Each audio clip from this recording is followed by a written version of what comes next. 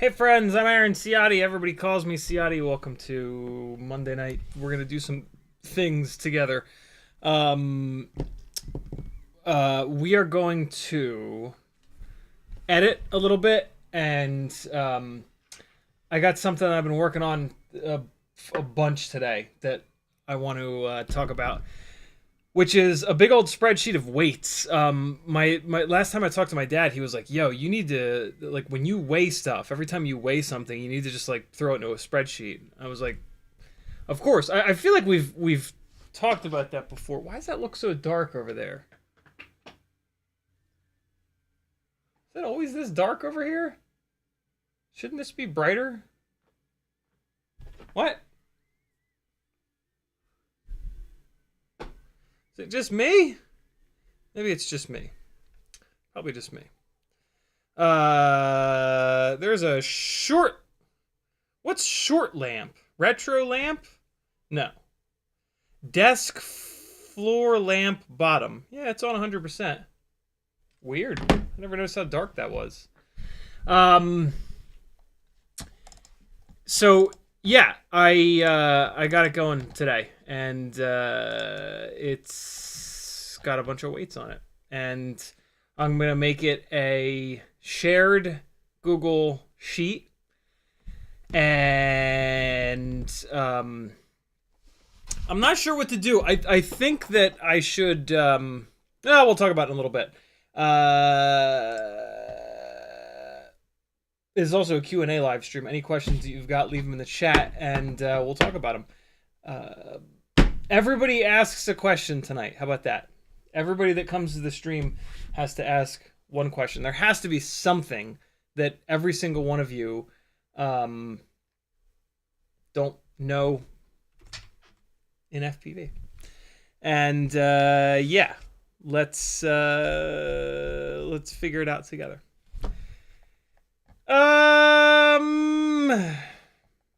Right 9 says he's flying analog for sure. Can't see shit. That gig, I think I was flying DJI actually. I wish I'd been flying analog because I would have been able to see better when I was inside and outside in the dark. But DJI does pretty good. The old school DJI Silver giant heavy camera does shockingly well in the dark. Cheers, my friends. This is gin and tonic. When I edit, I like to drink. I like to be in an altered state to suffer through the editing process.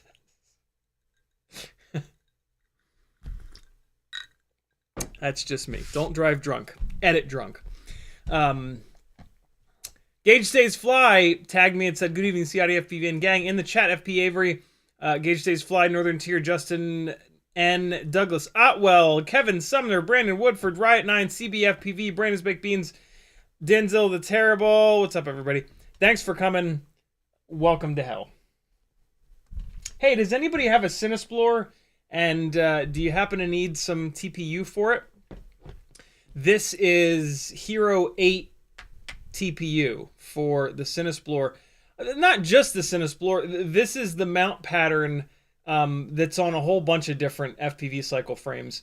This mount pattern was first seen on the Cinesplorer, so I always think of it as the Cinesplorer mount pattern. But yeah, it'll work on a whole bunch of stuff, actually. And now that I think about it, it'll work on the Cineglide, won't it? I might keep these. Although I'm not gonna have a Hero 8 for much longer. It's gonna get torn apart and set up as a naked GoPro at some point here, since it no longer has the Best Buy warranty on it.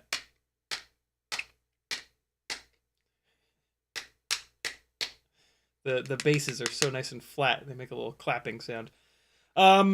With realistic chuffing noise. If you know what that quote right there is from, I think it's chuffing sound. With realistic chuffing sound. If you know what that's from, I'll be very impressed. I might even give you something.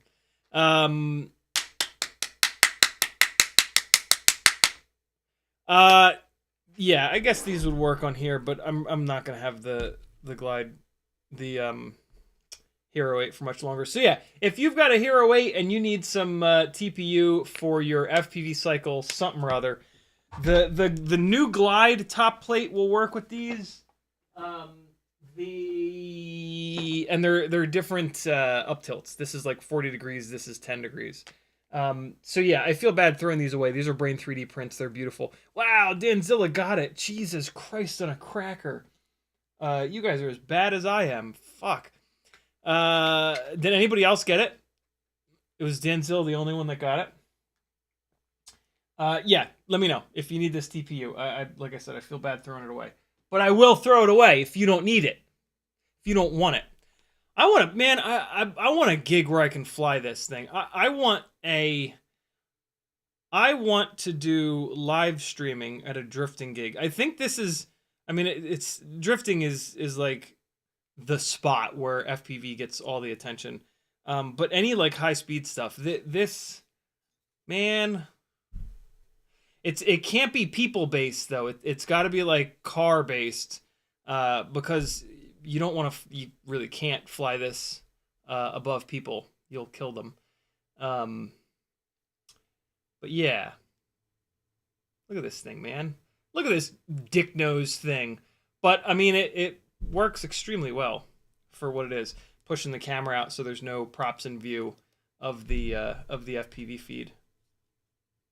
So we can just sit some on the shelf. It's set up to go really fast, too. These are Brother Hobby 2507s.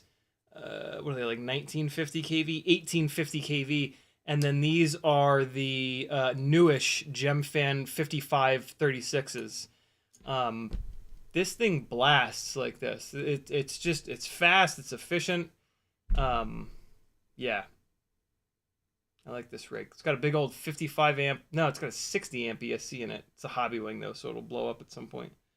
But yeah, I barely ever fly this damn thing. It's literally got cobwebs on it. Wow, there's actual cobwebs back here. That's not good. I've literally got rigs with cobwebs on them. Oh, fuck. That's not great. You guys are the best, man. I've been having a really fucking shitty day. I forced myself to do work. But, which is fine. Having a shitty day and then being able to force myself to do work is actually a fucking triumph. Why is the... Oh, I know why it's so dark. This is not the right scene, yo. Alright, ready? It's gonna brighten up. In 3, 2, 1. It didn't brighten up. But now I'm on the right scene. Hey, we're also gonna fly the... we're gonna do 2 batteries each on the 3 tiny whoops that we are continuing to stress test. Let's do that. Let's do that. Let me get caught up on chat, and then we'll blast these tiny whoops around. Maybe that'll push me the rest of the way out of whatever shit my brain is trying to kill me with, as it does. And then we'll take a look at the weights spreadsheet, and we'll kind of talk about like a couple simple logistical things about like how we should manage. So like the main problem that I'm running into is that my scale is not going to be accurate to your scale. So I think a requirement is going to be for you to zero your scale, which is basically you finding something that I have weighed and then you weighing it yourself, putting those weights into a cell, and then using that delta. I hate using that word, but it actually applies in this case. To adjust your weights as if they've all come off of my scale. The actual exact weight measurement number, if we get a big enough spreadsheet, whether or not my scale is accurate, whether or not 4.62 grams shows up as 4.62 grams on my scale doesn't matter, because all of the measurements will have been from the same scale. So yeah, that's kind of the point. And as long as anything that you guys submit, you've, you know, set to the numbers that mine's at, basically, we'll be good to go. It shouldn't matter. I mean, it shouldn't be off by more than like 0.1 of a gram, but I don't know. With the lighter weight stuff, I guess it does matter a little bit more than the heavier stuff. All right, let me get caught up on chat, and then we'll start doing stuff. Good to be hanging out with you guys, though. Is where I was going with the fact that I've had a shitty day. Hey, also, I've got these 6 300 mAh GNB. This is like Quad 66's favorite GNB cell. 300 mAh 1S, 4 of them have BT 2.0 leads on them, 2 of them have GNB 27s. For a Mobula 7 that you want to keep lightweight, these are what you want. And yeah, I'm getting rid of them. So let me know if you want them, and they're all yours. Not for free, but buy like a couple of stickers or something like that, and I'll throw them in for you. If you want to talk to me directly in the chat, all you got to do is type CiottiFPV. If you do that, it'll light up an orange like this, and I'll read your message. That's all it takes. CiottiFPV.com has a million ways that you can support me. I'm completely crowdfunded by you people. Thank you for keeping this show going, and let's keep doing it forevers. It'll only cost you like 7 cents an hour to join the Patreon. It makes a huge difference. The link's over at CiottiFPV.com. Whole bunch of ways that you can support me over there. Do something if you don't mind. If everybody does something, then I'll keep doing this. If everybody goes, I'll let somebody else do it, then we'll have to shut this down and I'll starve to death and die. And, you know, you don't want that on your conscience for the rest of your life, right? Justin N says, "Evening gang and CiottiFPV. I got fired from my job at the calendar factory because I took a few days off." CBFPV says, "Howdy gang." Denzel the Terrible says, "Good evening, all you cake sniffers." What's cake sniffers from? A little girl says that in a show. Oh God, what's that from? Is that from Wednesday? Is that the antagonist in Wednesday? I think that's the bad girl in Wednesday. Wednesday. Brandon McBean says, "How do I keep good buddies from plugging in on each other?" Stop flying with other people. It's super simple. Like, before you plug in, it's your responsibility to not plug in on other people. Like, before you plug in, you need to look around and see who else is flying and see what channel they're on, and then don't plug in on them. I don't understand how people don't. I don't know. Some people have a hard time with that. And I'm like, Bueller? What? These propellers have a very, very strange dent in them. It was as if I was turtle moding and I got stuck on something.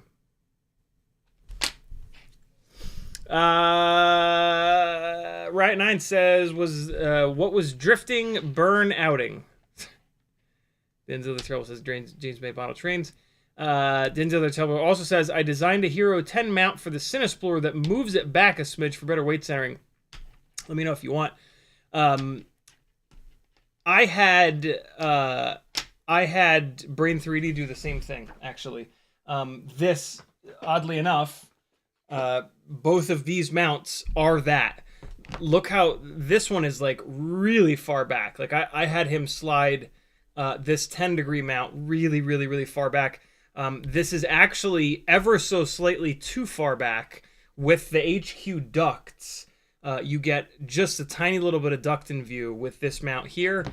This one ended up being this is not the setback. There's another red one that's set back that's 20 degree. So yeah, I've been asking Brian to do that, and he's been cool about it, because there was a little bit of room left on the table before you saw the duct. That's funny you mentioned that. All right. Wait, no. I'm putting these over here. Greenhorn FPV says, just about to say no drift tracks around. There are, but Glenn, who flies under Squad RC, SKWAD, I believe he spells it. He's got a lock on like all the drifting events. They have him do all of their footage. So, yeah, I don't know. There was a guy that managed the. There was this random dude who didn't fly FPV, but for some reason, I think he did photography drones, like once, and he managed to get in touch with the people that do the drift stuff, iTrack, and self-appointed himself like the manager of all of the drone people. And he turned out to be a total dick, and I called him out on it. And so I'm, weirdly like not welcome. And like shortly thereafter, they realized how insane he was, I think, and he just disappeared forever. But yeah, I don't know. I'm just persona non grata there first because he was an asshole. I don't get it. But yeah, the drifting thing around here. What I'm looking for is a drifting event that is live streaming, that is like doing a live stream, like like with the bicycle racing. That's what I'm looking for.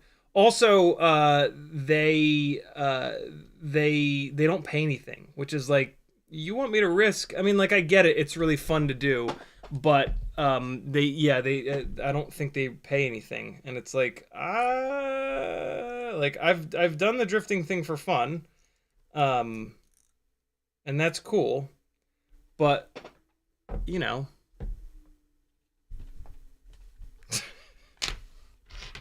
You want somebody to keep doing it over and over and over again, and like, yeah, you probably have to pay for that. You should. You pay your photographers. I guess not. I guess they don't pay the photographers. They just let them out there, and then they have to sell their images. It's a different kind of model than what most of us in FPV are used to. Wonder if that would work. I don't think it would work, because just giving somebody raw footage doesn't do any good, right? Like, they're going to want editing, and I have absolutely no interest in trying to make money from editing footage. That's going to be like, I can't charge somebody $1,000, and realistically that's the amount of time that it's going to take me all in. Although I wonder, man, I wonder if you could just drop the footage on them and have them use it in like Instagram or something. Instagram's editing is pretty good. Yeah, I don't know. CBFPV says, I want an action camera for my drone, but I don't want to spend a lot of money. Are there any GoPro alternatives other than the RunCam thumb? Insta360 has some stuff, but it's all pretty much as expensive as GoPro. You can go the onboard HD route with like an 03 camera and VTX, or even like the Walksnail system at 1080 looks really good. And it looks like they're going to be going 4K in the future. The new goggles, they say, are 4K compatible. They don't seem to have anything that I've seen that runs in 4K. The 1080 seems to be the top for now, but I'm assuming in the future they'll have something to compete with the 03 stuff. So yeah, look at Walksnail as well. The only problem with doing it on board like that is, unless you run like a dead cat frame with the front arms pulled backwards, you're going to have a bunch of propeller in view, which drives me personally insane. Some people like it. Some people don't seem to care. But yeah, HD cameras are expensive. Sensors that capture 4K, 60, stuff like that, they're just expensive to make. And then, a lot of them will have screens on them and software that comes with them. And so yeah, it's kind of tough. The other thing you can do is look for used GoPros. GoPros are super durable, so buying them used is usually completely trouble-free. Just because they're so durable, like even if somebody was flying them around on a drone, they're probably still going to be okay, and putting them on a drone is about the worst thing you can do to them. So 99% of GoPros that you're going to find on eBay or Facebook Marketplace are not going to have been punished as hard as what we do to them. So yeah, it's usually a really safe bet to buy them used, just because they're so stout. So there's a couple options for you, brother. Don't be afraid of buying an older GoPro either. A GoPro Session 5, a GoPro Hero 7. 7's probably not the best. Hero 8, a used Hero 8 would be a better bet. Skip the 7. Go all the way back to the 6. Hero 6 is a good one as well. I don't remember what the deal is with the Hero 5, but let me see. What did Hero 6s sell for on eBay? I actually have one that I've been meaning to turn into a naked GoPro. GoPro Hero 6. And then what you always want to do to see what stuff actually sells for is scroll down here and go to all the way at the bottom, show only sold items, so that you can actually see what they're selling for, not what people are listing them for.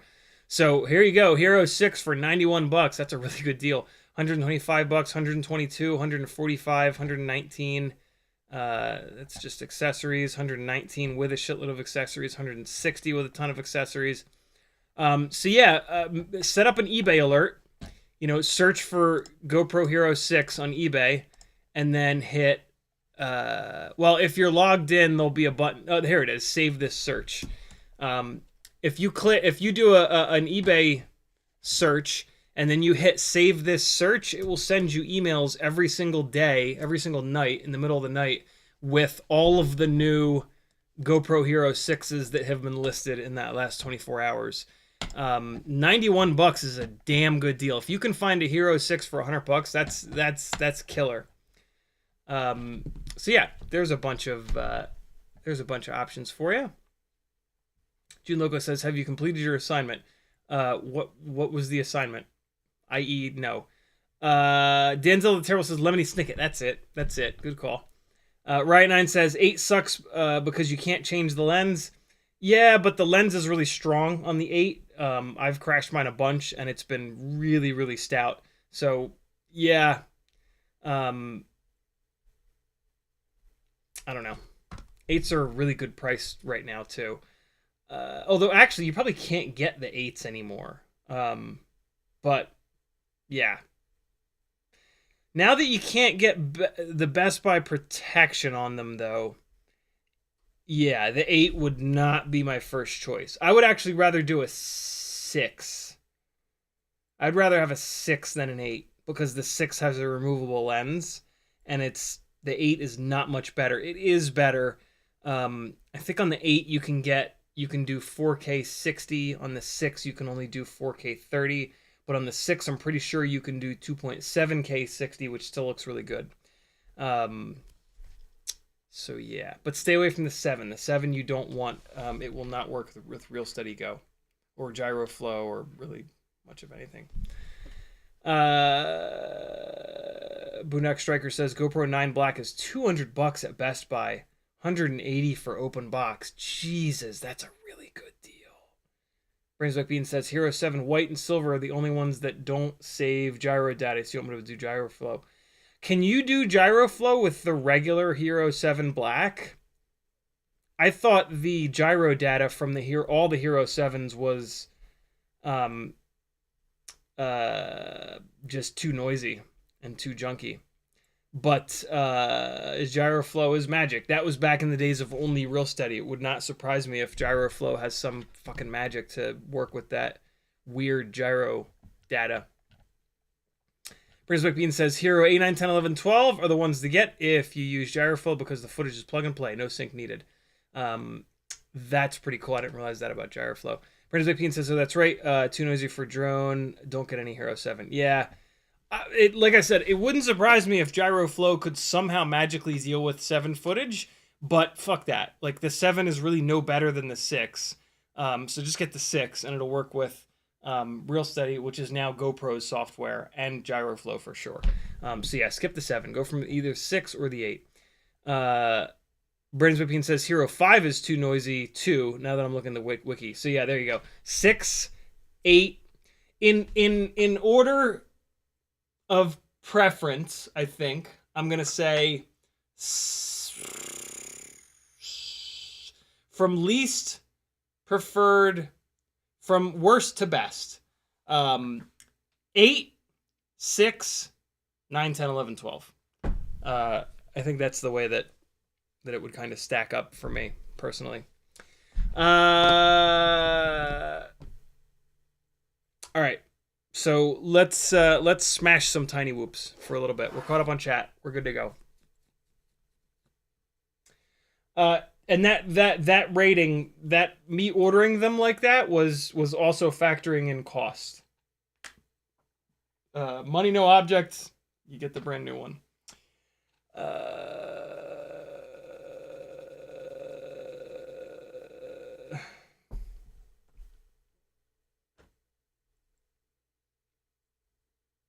let's do it. I don't know what I'm looking around for. This is the first time that we're going to fly. I think this is the first time we're going to fly all three of these things back to back to back. We might have done it once before. Maybe last Wednesday. But I'm not sure. This is kind of where I wanted to get. I want to be able to really smash these frames together. So yeah, let's just keep putting batteries through these frames and we'll see which one we can break first. And then we'll rejoice and yell and scream and pee our pants. Cool? Let's do it. First up, I'm going to put up in the air this one that is just completely clogged up with hair. So this is the 702 30,000 kV rig, which is in the Meteor 65 airframe. This is the lightest frame, so it's got the least powerful motors on it. The other two rigs are on 0702 32,000s and 32,500s. It's kind of the same deal between those two, but yeah, the first like 30 seconds of the battery, I'm pretty sure I can feel a difference, but then after that, these 30,000s feel just like these 32,000s after the battery has sagged down in voltage a little bit. I'm sure there's still a little bit of a difference, but it's not really enough for me to easily be able to tell. This is the worst battery of the bunch that we're going to be flying tonight. This is a red markered battery, so it's a little bit older. But we've got it on the rig with the lowest kV motors. So, yeah, there's that. All right. I've got this very cool Weebleed gate back where it belongs. Oh, boy. I did have it, I had it hung up here. Now I've got it hung up back where it used to be. I was just doing a little experiment before. Woo, shit. That was some serious hang. Oh, no. Please, no. What I'm trying to do there is, like, bump it. It's stuck under the couch a little bit. And you can get it out if you're stubborn or patient. I'm both. There's something going on with the camera on this rig. I can tell when I smack into stuff. And there's, oh boy, there's the camera, like, see it getting dark? Is it doing that for you guys too? Or is that my module? My goggle module. Pretty sure the camera on this is going to die. And then I'm going to have to get another... Wait a second, isn't this that fucking new camera? This is the one with the new camera. Isn't it? Don't tell me the new camera's shit. Well, it could be the VTX. Yeah, what the hell? It better not be the camera, yo. I think it's the plug. Wonder if it's the plug header. When I move the plug around, I can see it. I can see the image getting lighter and darker. Maybe the plug's just not seated all the way. Could be that. I just pushed it in farther. Let's see if that's any better. All right, here we go. Okay. Nope, still doing it.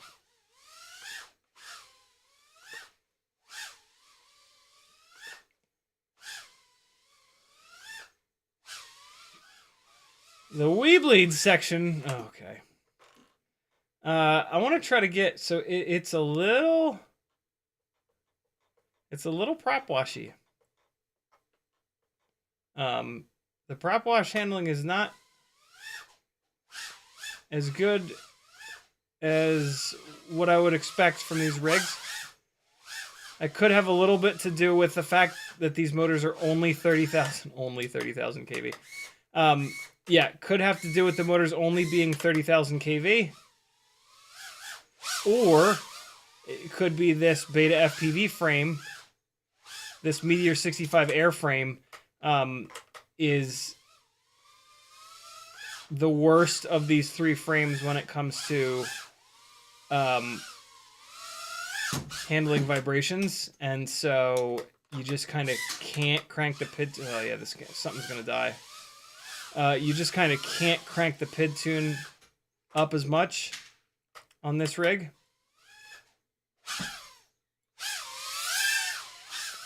This AIO's days are numbered. Oh fuck. Ah, I think it actually did go. Oh. Oh.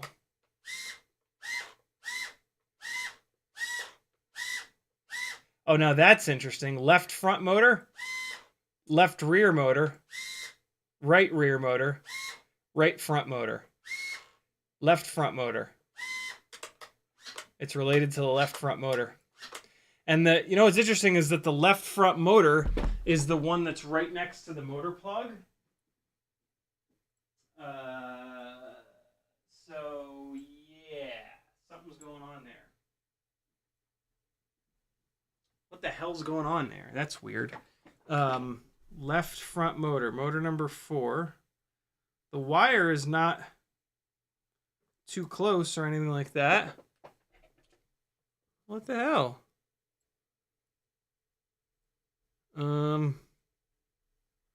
Just move the wires away a little bit. Maybe that'll have something to do with it. Oh, fart. Thought it was still in. Now. Wow. What the hell? Now it's both front motors. Left front, right front. What the hell?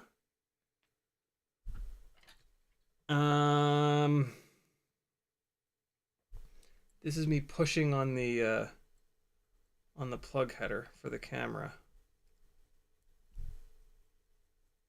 And just trying to make sure that this is seated properly. Wow, what a weird issue.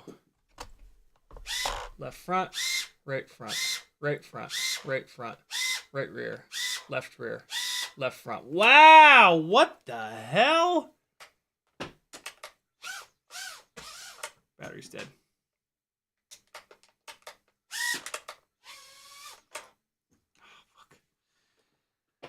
Well, that's super weird. I guess the FETs for the left front motor are close to that plug, and maybe one of them is on its way out or something.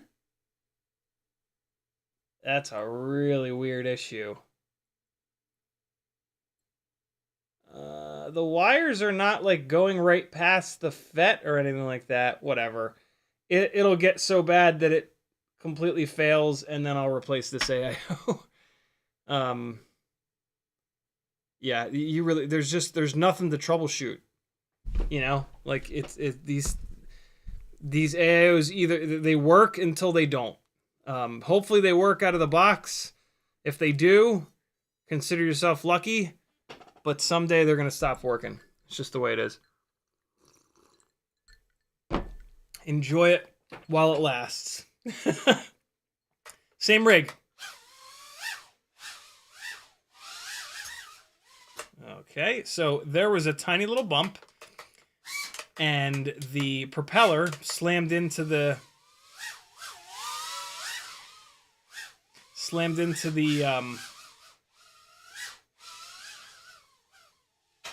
oh, you son of a bitch. There it is again. The propeller hit the standoff for the duct, and that stalled it out. That was a crash that might not have happened on the newbie drone Cockroach V3 frame, because the guard part of the duct is lower on this Meteor frame the guard part of the duct is not lower. Let's try something silly. Ooh, God, what the hell did that hit? I hope I didn't just hit this, but I think I did. Oh, fuck. Okay. Oh, boy. Look at that crash prevention saving me. Jesus. Sometimes crash prevention is absolute magic. Whew, that was sketch. Whew! Yeah, this AIO, it's gonna blow up. Oh, farts. Oh, come on now! I was going for the TV power loop.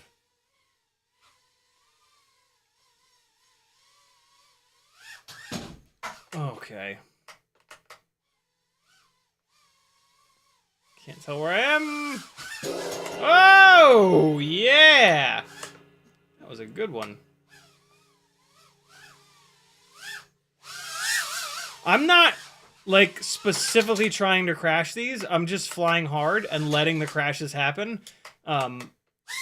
That, to me, is really the way that you want to durability test stuff. You just want to give them to... Holy shit! You just want to give them to a pilot that crashes a lot and just say, hey, fly these. Whew, god damn. I thought I could back it through those. Look how much stuff you can do with 30,000 kV motors. They're fine. Oh god, oh, it hit me. Get down there. Get back to work.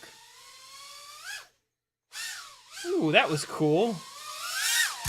If I have to work, so do you, bro. Get back to work. Oh! I don't know where it is right now. Where is it? Oh.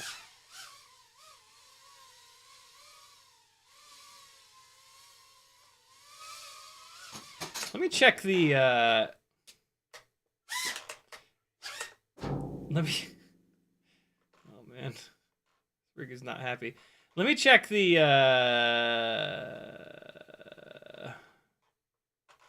Throttle Expo. It's got a lot of Throttle Expo. Let's turn it down a little bit. I don't need this much Throttle Expo on the 30,000s. I think that midpoint's a little bit too high. Let's move it down to 38.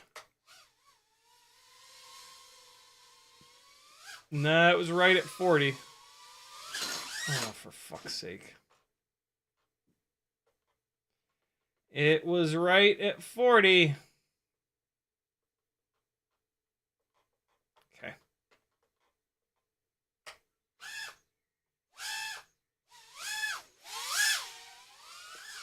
Oh! That, like, knife edge through there was cool looking. Oh, boy. Is it real dark for you guys too? Yeah, this AIO ain't gonna last much longer. When you bang an AIO like this and it starts doing stuff like it's doing right now, that's an AIO that's not gonna, that's days are numbered. Like I said, name of the game though. We demand our stuff be really inexpensive, and that forces these manufacturers to produce our stuff really cheaply. So, you know, we get what we wish for, which is cheap electronics. All right, so that was the Ultimate Freestyle Tiny Whoop, which is just basically a Mobula 6 ELRS with a True RC Singularity Ultra Short Antenna.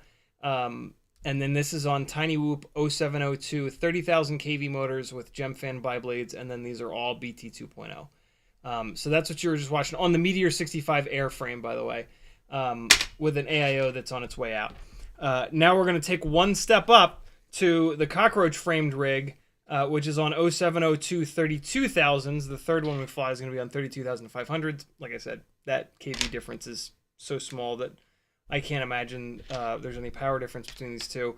There is a little bit of difference in the weight of the frames, though. This one is... one of them is a little bit heavier. I forget.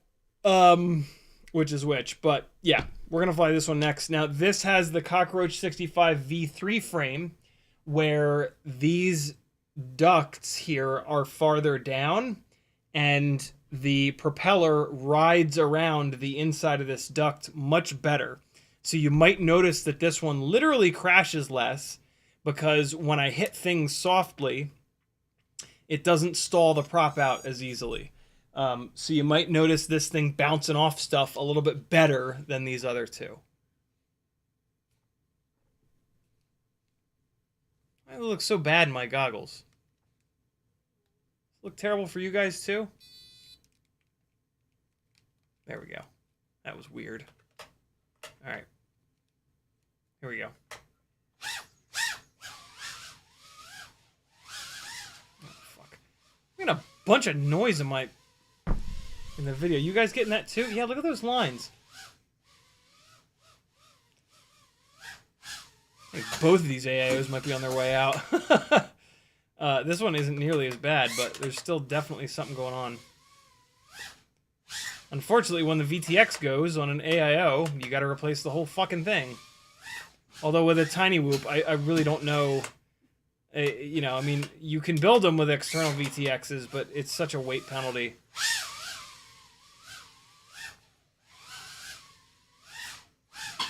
Oh! Oh! Some weird noises coming out of this thing. Hold on. What's happening, friend? What's happening, little guy? You okay? Everybody okay? Oh, this one propeller did scooch its way upwards. That could have been it. These are the oldest motors in the bunch.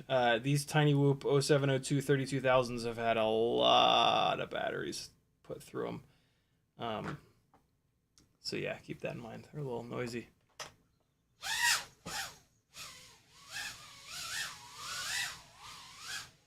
Ah! Let's get this guy upstairs if I can stop bouncing it off of things. Fucking Plinko game up in here.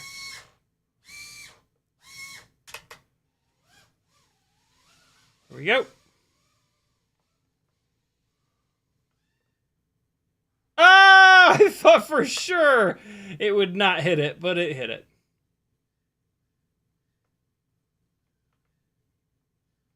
The diagonal power loop! Oh, the air filter got me.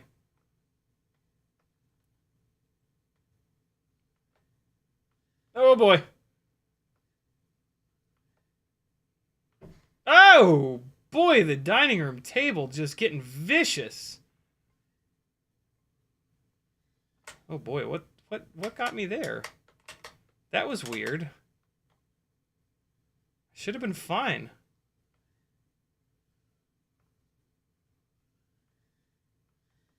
Oh my god! Not on purpose, as you can probably tell.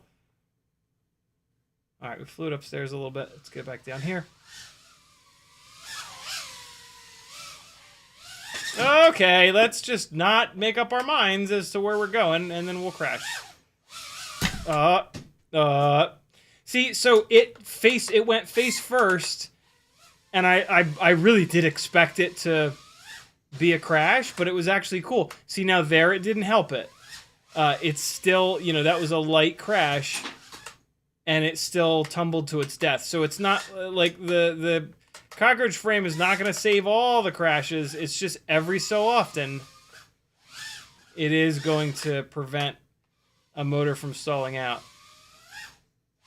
Where the other two frames won't. The other two frames have the propeller sitting a little bit too low in the duct when you run an 0702.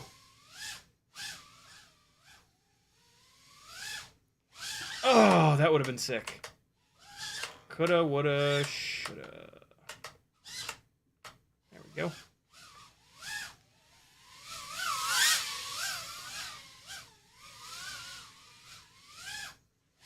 Ah, almost.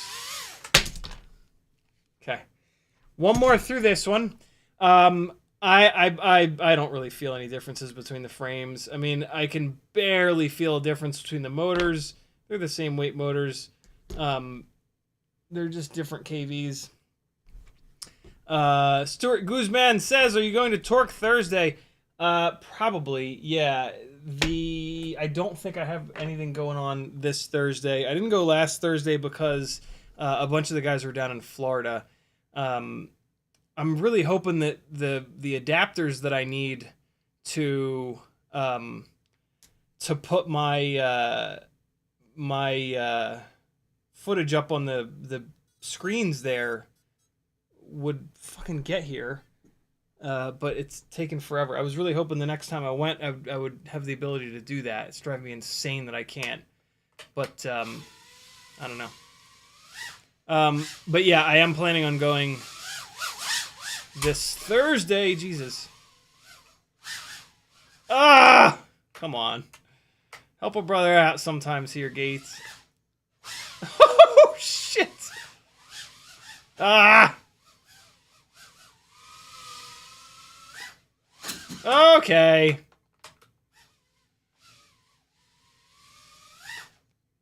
Oh! Wish I could have, wish that had been on purpose. I mean, I threw it, like, the idea behind it was on purpose, but I bailed. Okay.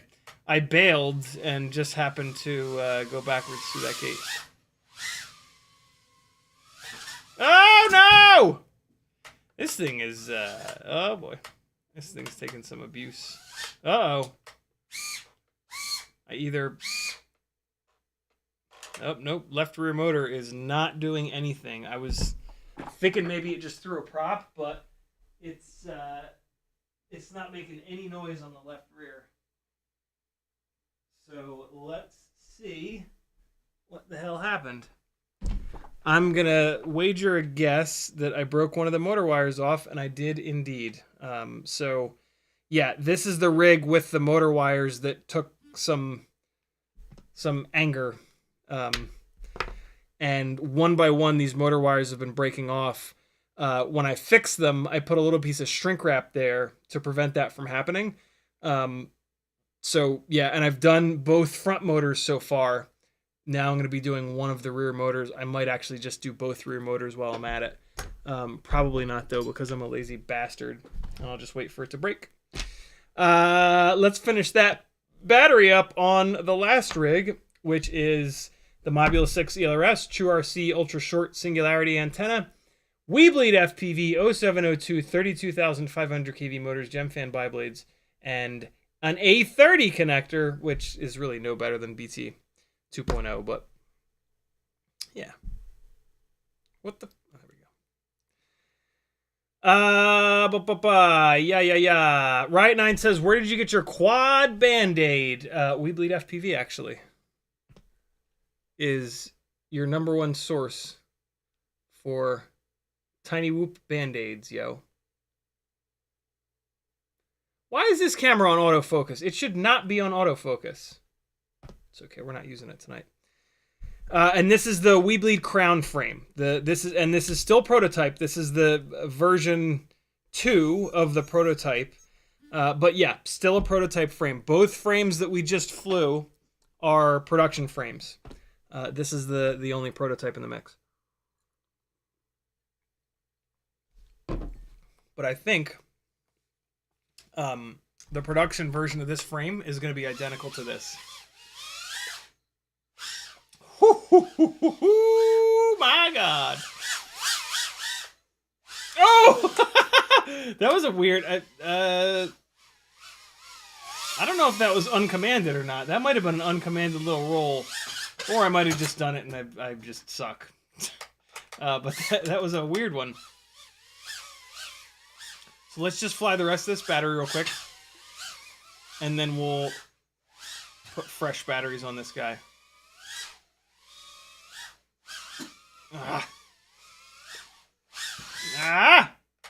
Whoa. Come on now. Get in there cleanly. Man, the newbie drone gates continue to be just difficult as hell, but man, are they satisfying when you get it right. See if I can get it. Where is it? I couldn't even tell if it was right side up or upside down a second ago. No, no, no, no! Oh, you bastard, you. Oh my god. Newbie drone gates, come on! Be cool, bros. I can't even do that. Oh my god, what is happening? Oh, that's not recoverable. Where are you, little guy? It's behind my flight bag. Yeah. Sock shot. A high quality sock shot. There it is. Hey. There we go. The newbie drone gates are a little bit smaller. And I have them like this little setup here is really difficult. Like they're really close together. The rest of these gates are kind of big. They're spaced out a little bit more. And so yeah, when I start flying around the newbie drone gates, I have to speed up my inputs a little bit because they're so much closer together. Look at that goddamn maniac. Look at that weirdo with goggles on his big dumb head. Oh! I'll shut off my transmitter. Alright. I think the A30 connector comes off, unplugs from the battery a little bit easier.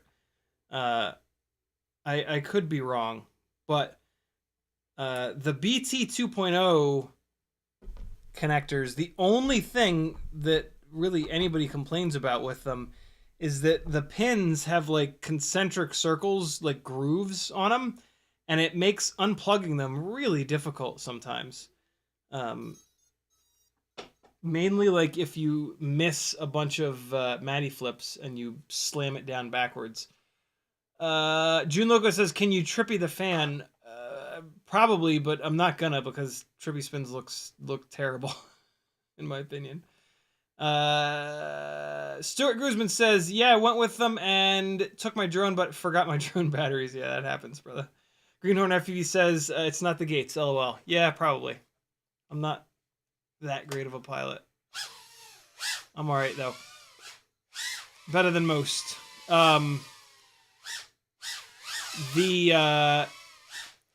I could just barely hear on this absolutely fresh battery that there was a little bit of oscillation just now, which means that this tune. Come on, you son of a bitch! This tune is on the bleeding edge of what's possible. Oh my god! Ooh, that's kind of interesting. Hold on, let me. So if I do that big knife edge,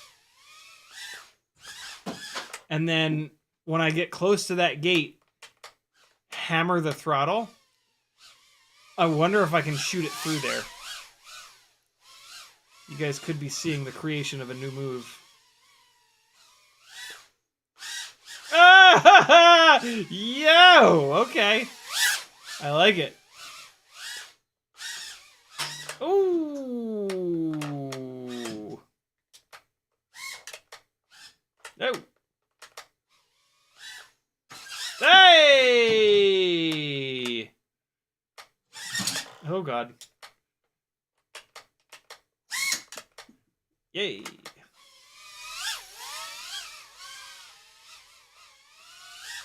Oh, shit.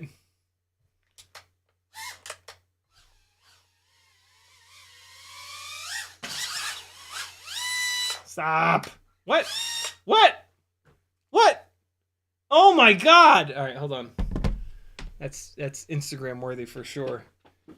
You're going to have to go onto my Instagram to see this shit. Oops, I hit the wrong button.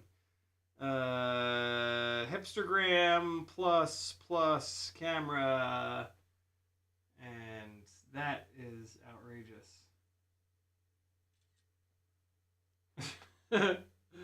Wow.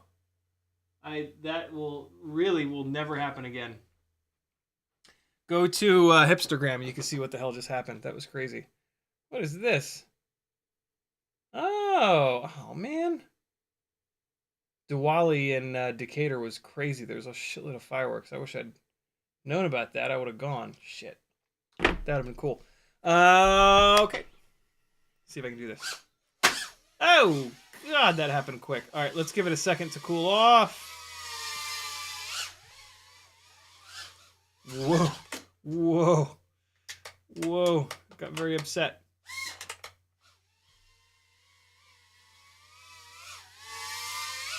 Oh, my God. Why?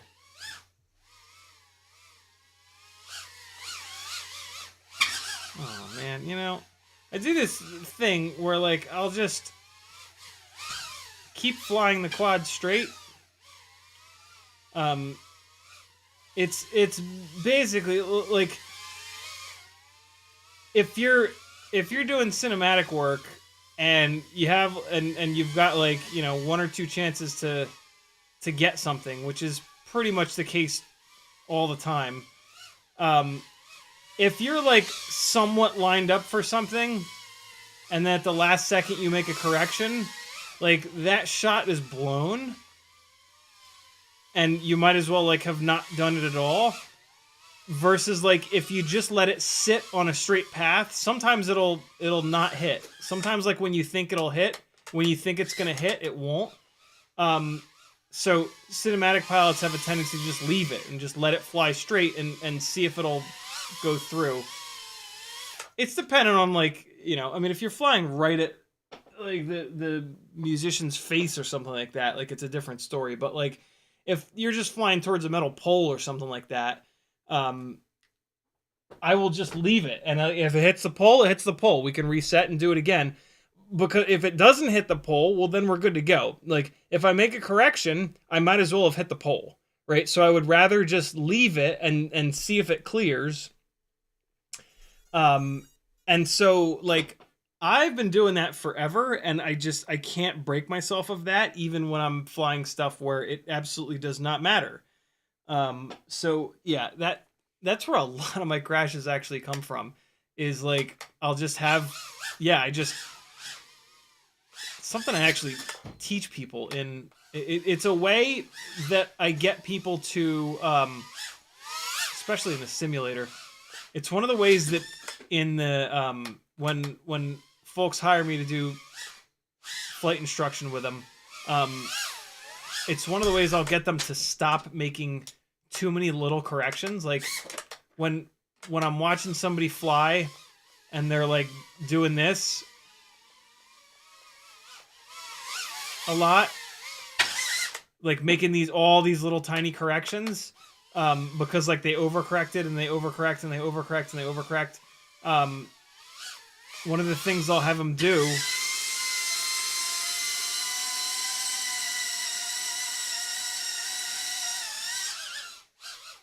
is not make any corrections at all, until I say that they can. And so, yeah.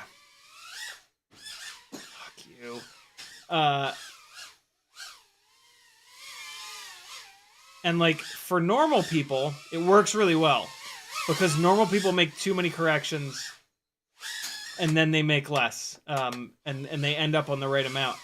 I make too few corrections and it ends up in a lot of crashes. But yeah, I'm not gonna like, I haven't figured out how to like deprogram that only when I'm flying X or Y or Z.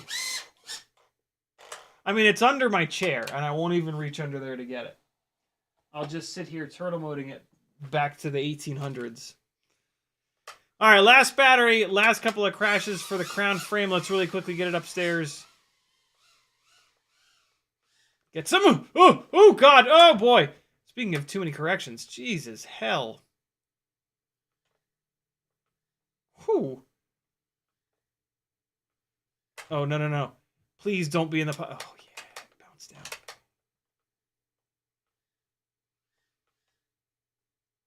Whew.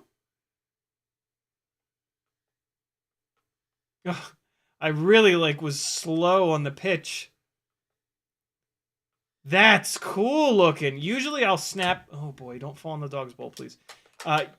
Usually I'll put a little snap of pitch in there so that I can see where I'm going, like that. And also I do kind of think it looks better, but that's an interesting look. Without that snap of pitch, it's you're just kind of looking at the. Oh boy, that was a hard one. You're just kind of looking at the ceiling whizzing by, which I don't love, but it's interesting. Less interesting, but still interesting nonetheless. Yikes. Now something's rubbing. What's rubbing? And why is it rubbing? Perfect timing, Fat Shark. Man, I was wondering when you were going to start beeping like an idiot. Frame's still fine. By the way, I checked all 3 frames. They're all... oh, okay. We're starting to do some damage. Let me show you. All right. This is similar damage to what we've seen with the Meteor 65 airframe. Which is that it's starting to crease. It's finding a spot where like all of the crash energy is kind of focused. That's not right. You'll see. You'll see. I don't know what the right words are, but you'll see what I mean in a second. Hold on, let me get these goggles plugged in so I don't forget. Googles are plugged in. All right, so. Right back here. I hope you can see it. Right here. Yep, you can see that. You can totally see that. See how it's starting to bow out? So it's finding a spot. What's interesting is it's finding a spot that's out from the support a little bit. Let me grab this camera.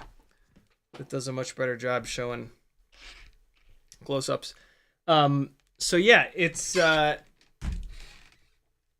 not a spot that's like right on top of the, although I guess the airframe is kind of doing that same thing. But yeah, that's, it looks like we're starting to find a little bit of a weak point. So I'm just going to bend it back. You just bend it the opposite direction. And that'll round this back out. This was probably smacking on that duct, I can almost guarantee.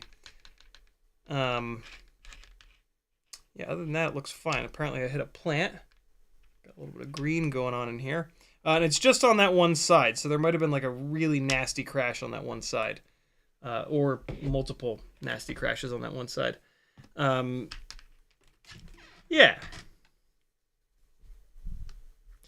This has, my guess would be 50 batteries through it. Maybe a little bit less than that. And you know that now that that might never become a problem. I'm curious with the airframe and this frame if that's going to be where they eventually break, if they break. But yeah, we're starting to do some work on these frames. We're starting to see them get a little bit beat up, which is what I want. This black Meteor 65 airframe is not showing the creasing where the clear one was, which I'm not using anymore, and I might actually cut that clear one up for the Walksnail words. For the Walksnail 1.2 inch fractal build.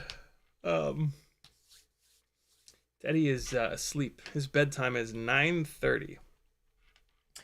So yeah, cool. There we go. 2 more batteries on each of these guys. Hope you enjoyed. Now, we shall dive in to some editing, my friends. Because I have a lot to do. I have a lot of it to do. So, let's get to work and chop down some of this footage. Of course, ask any questions that you've got. I'm an open book. And we'll talk through whatever you want to talk through. Don't mind me. I'm just putting little snow hats on all my quads here. Very important work that's being done right now. There we go. Now the little canopies will stay nice and warm.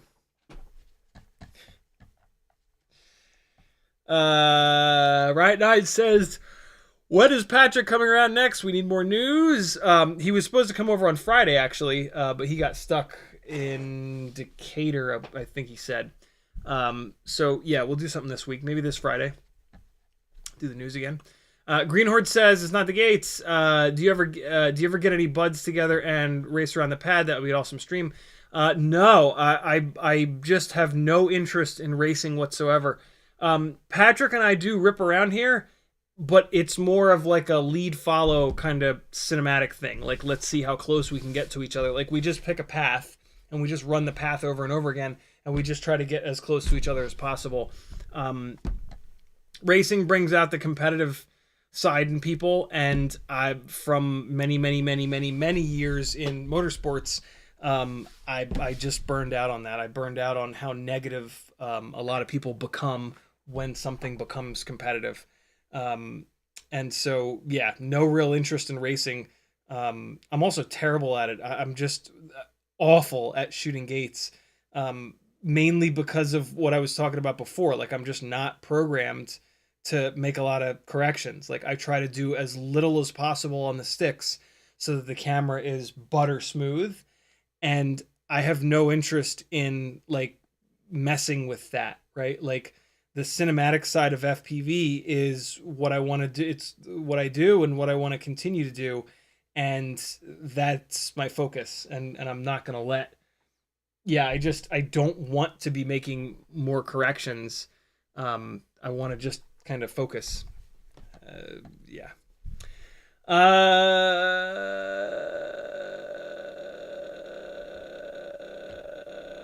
Hey, we're all caught up. Awesome. Cheers, friends. Hold on. Since we're going to be editing. The giant community weight spreadsheet.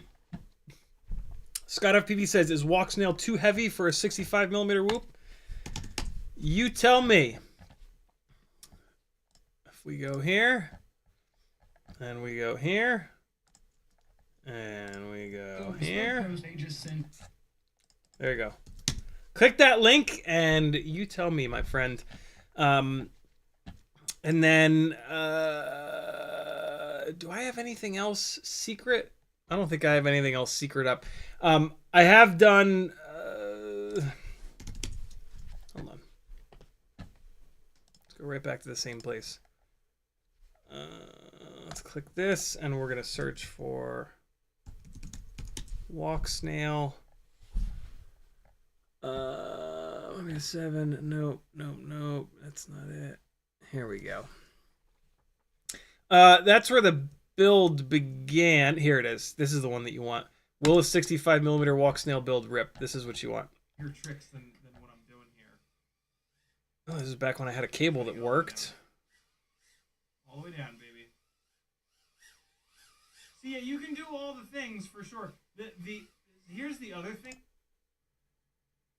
All right, there we go. So there's a video of it doing cinematic things. Here's video of it doing freestyle things. You be the judge. For me, it's too heavy. For most people, it's not. I just have absolutely impossible expectations, and I'm completely spoiled by these like 18 point something gram analog builds. So I'm a tough critic. But yeah, most people would be totally happy with the way that rig that I just linked you to flies. Oh, good Lord, Danzel. I'm not even going to read that. That's so mean. Easy. My goodness. So here it is, yo. FPV weights, it's called, and I'm gonna do the thing to make it not private, only me. I've just started working on it. So yeah, we've got columns for props, motors, frames, electronics are all lumped together. and then batteries. And what I think I'm gonna do is name this sheet CiottiFPV, and then create another sheet and name it like community. And if you're gonna, if any of you want to dive into this and do like a bunch of weights, like if you want to really put like 20, 30, 40, 50 weights on here, feel free to make your own sheet down at the bottom, and just put it under your own name. You don't have to jump into the community sheet, but yeah, that's kind of the idea behind it. I guess I can do this and come over here. Oh, tell me I didn't move all those files.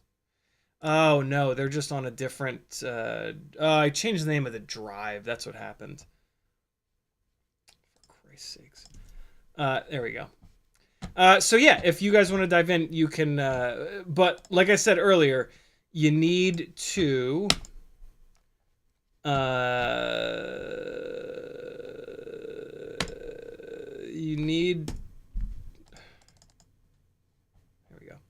you need to weigh something that I've already weighed and put it into the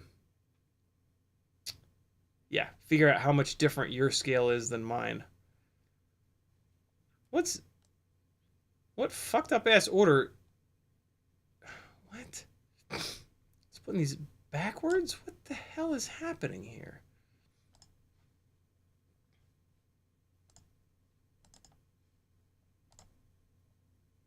Oh my god.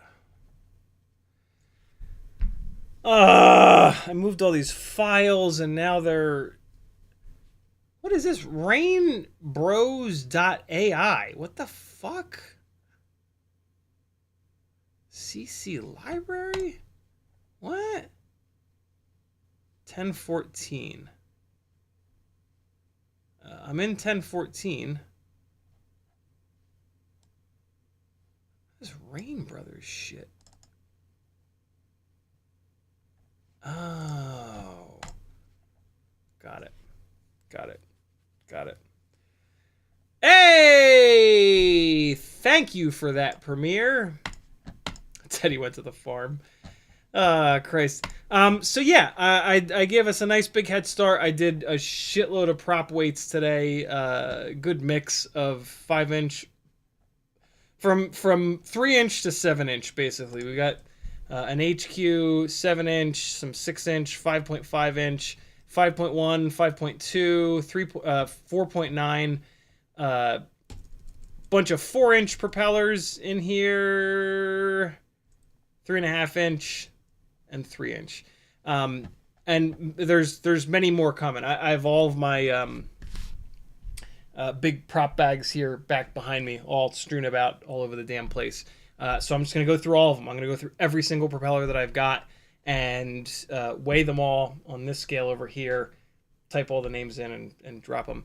And then I don't know what to do about motors because of how heavy the motor wires are. I think I'm going to like spec out. I'll just figure out what this motor wire length is here because I tend to cut them all roughly the same length. And then, yeah, we'll weigh a bunch of motors. I don't know. This weights thing, it's not specifically for propellers. It's not specifically for motors. It's just, you know, like whatever. It'd just be really nice to have like one spot with a ton of different stuff. I guess we need a column for like...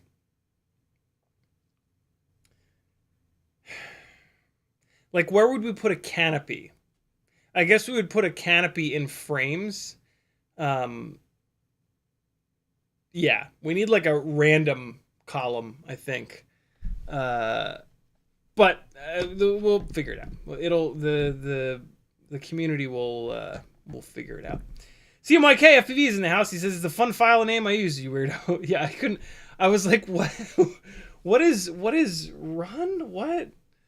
You're welcome, Scott FPV. Douglas Otwell says you should add a height to the spreadsheet so you can chart gangliness. Oh God. So it begins. And so the FPV weights Google Sheet begins. Ah! Rain Brothers. That's it. Rain Brothers. Rain Brothers. So yeah, that's the weight sheet. Don't put anyone's mom on the sheet. You meanies. You mean bastards. Where am I at so far? Am I using... Oh! Okay, so, we can get copyright donkeyed. I'm not monetizing these streams anymore. It just doesn't make any money. I would rather you guys not watch the commercials and maybe one more person will join my Patreon than for you to have to watch commercials. I did a little experiment there, and it's there's just no money in YouTube views unless you're getting hundreds of thousands. So here's where I'm at so far. I don't know. I have not edited this in a little bit, in like a week, so I forget where I'm at. But yeah, here's where I'm at so far. And this is probably going to change. This is only footage from the parade. I still have to sneak in a bunch of footage from the concert itself. So this is just... I might actually do a separate edit. I doubt it, though, because just the concert footage, it's not all that compelling. But yeah, this is just the second day. Yeah, hold on. I hit stop. Are you going to stop or are you going to be a dick? Preferences, audio hardware. Let's send it. System default. Okay, great. I forgot that I remembered that. Here you guys go. I don't think I'll be able to hear this, but I don't really need to hear it. I need to go.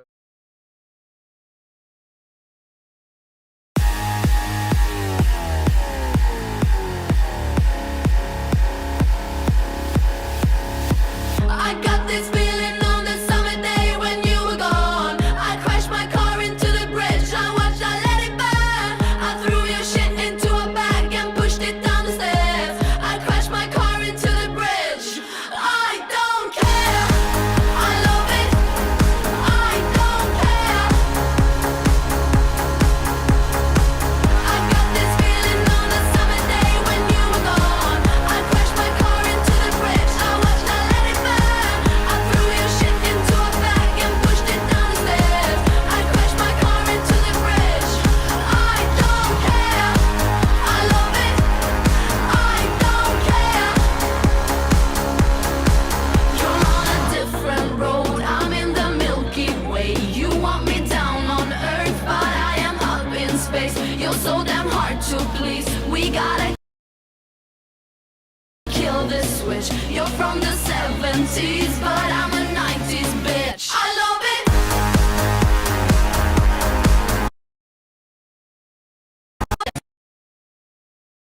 I'm a 90s bitch. I love it. All right, well, apparently the computer can't handle anything right now. This does not surprise me. That's a first pass for me. There's a bunch. See, I love to when I do an edit all in one hit, all in one shot, I'll sit down for 8, 9, 10 hours and just get it all done. If I then put that up, I'll watch it. Like the next time I watch it, or like 2 times after that I'll watch it, I'll hate it. I'll just absolutely hate it. I really prefer to do a bunch of work on it, go to sleep, come back to it the next day or the following day, do more work on it, go to sleep again, come back, because I'll think it's great the first time that I'm working through it, and then I'll watch it the second time, I'll be like, and then the third session I'll be like, even like the stuff that I did in the second session, the third session I'll be like, that could be better. In this case, the reason why I said this doesn't surprise me is that I'm letting a bunch of these clips sit for too long, which it's like it's hard because you know, like there's things that I like about giving these clips a little bit of breathing room and just letting them sit for like 2 full measures. But yeah, they don't. It doesn't match the song. It doesn't match the whatever. And so you got to be ruthless. You like when you're editing, you got to ruthlessly cut stuff out. Which is hard, right? Because like I love this footage and like I hate to lose like the thing where I came up and whipped back in front of the Atlanta Hawks cheerleaders. Like I let it sit. I specifically remember I was like, I need to cut that. I can't just let the quad sit back and then slowly go back forward.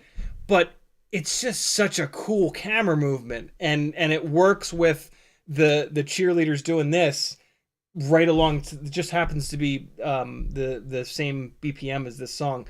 And like now I remember when I was leaving that in there, I was like, I should probably cut that. It's okay. And now I'm watching, I'm like, hell no, like that needs to get cut. I don't know what to do. I might put something in between. I tried to cut that. I tried to do 1 full measure of me sliding back and then cut with me pushing forward with them doing the pom-poms to the music, and it's just not right. So I think what I'll end up doing is putting another clip in, chop it, and then put something else in between. So you get that first one and then another part of the parade, and then you get that cool elevation up.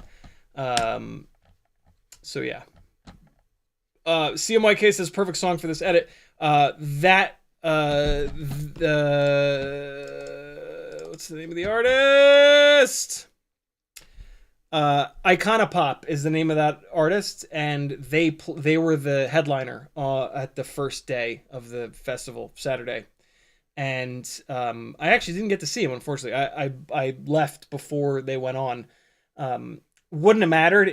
I left when the light dropped so low that I didn't feel comfortable flying anymore, and so I wouldn't have flown them anyway. I as much as like I wish that I had, because you know that's a pretty well known song. Iconopop is a pretty big group. It's, you know, if it's dark, it's sketchy, and it's not worth being that guy. You know, it's just not worth crashing into a crowd of people. Even when you're following all the rules, right? Even when you're totally allowed to be flying, still crashing into a crowd of people, don't do it. Like, it's not gonna go well for you in any way, shape, or form, and it could lead to everybody getting more regulations put on. Fly High's in the house. What's up, brother? How you been? Gage Stays Fly says, good job, sir. Thank you, dude. So yeah, proxies are not on. Now they are. But I think where it was starting to have a heart attack there was sort of the end of where I had edited. There's also a big chunk of footage in here that is in that's in half speed, and I don't really think I like that, so I'm probably gonna either pull that out or, man, it's this one file, it's this one clip that it's just absolutely shitting its pants on. There it goes. Oh, it's still playing like absolute ass.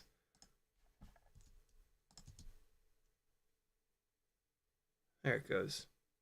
Half quality with the proxy seems okay. Cool.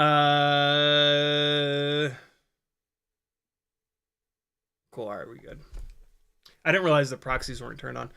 All right, so I can already see a bunch of stuff that I need to fix. Not need to fix, but want to fix. So let me dive back into this. And so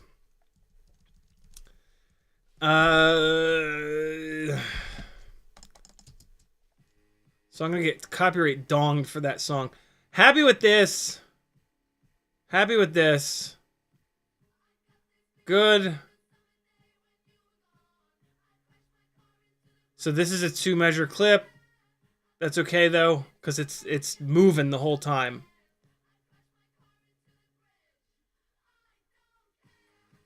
Okay, all right. So we're good so far. I'm fine with that all so far. Let me. I've got a bit of a mess here with the files though. What's this file down here? This is the guy on the bike, and then okay, cool. So let's start getting this stuff a little bit better organized here. Cut that. And okay, we're gonna drop this down in here. What is this? Is there anything in the rest of this? I think so. The beginning of the parade here is the Pride Committee. So I need to get something with them in there because they're the ones that busted their asses so much to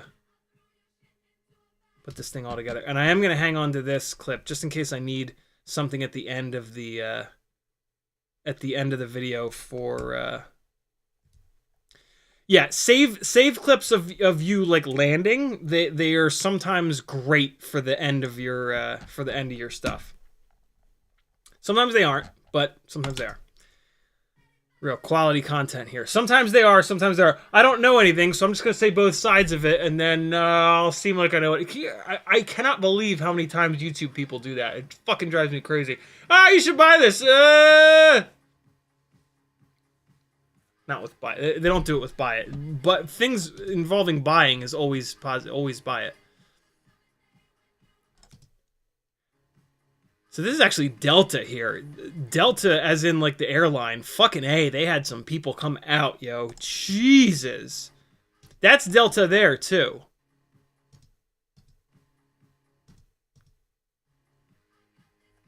They really showed up. All right, so this needs to get cut. This is too long here. 2, 2, 3, 4. It needs to go there. It needs to get cut there. That's yeah, it's a little long. So let's see. 2, 3, 4, 2, 2, 3, 4. Chop. All right, and so let's find where the beat is. There it is. Thoop. Thoop. Can you guys hear that? Hold on. This is the newest way that I've found to it's the quickest way to find the... Hear it?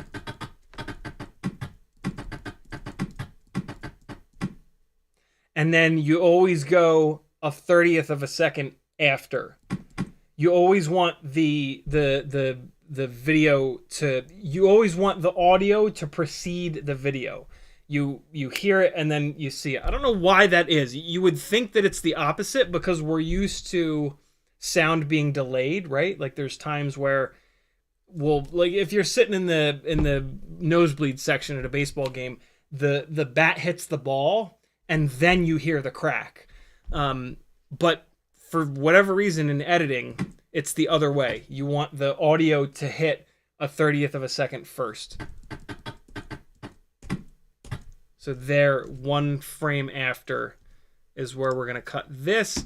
And I don't necessarily know that's where I'm gonna leave the cut. What am I cutting out here? I'm turning around.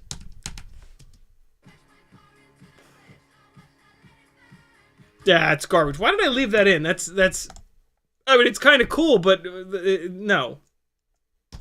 No. All right. So what's next?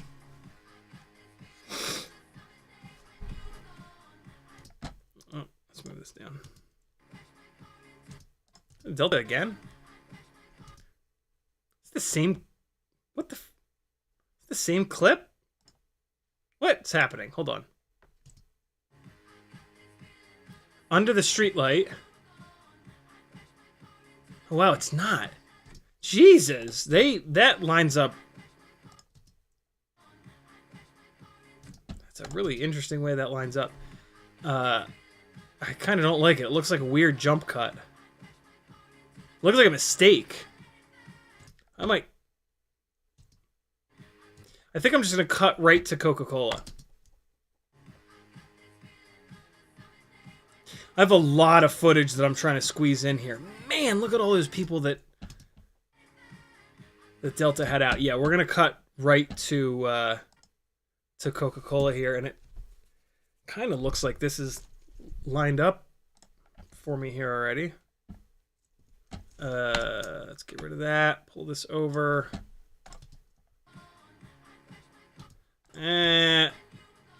I'm rotating right pretty hard. Let me see if I have any footage where the beginning I'm rotating right. Let's see. That, you know, this might sit in there really nice. Hold on, let's see.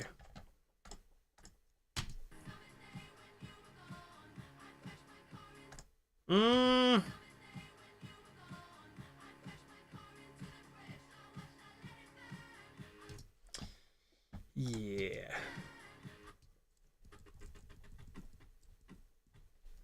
So, okay, let me just get this out of the way. This is definitely getting cut in half. Okay, so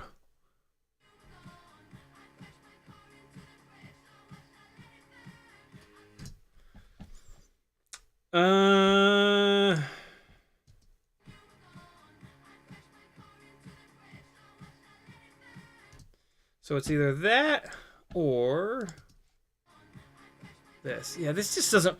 You know what it is? There's the speed of motion here, right? See how fast everything is moving on the screen here? And then just this static, slow kind of shot it just doesn't work right. It works much better with this. Look, ready? Because things are moving quicker. It's a much smoother transition. It just makes much more sense. Even though there's not that left rotation, I would really love to find something with where I'm yawing to the right. And there might be something in here. But let's see if we can find it. What is this clip down here? Oh, this is this 50% speed clip.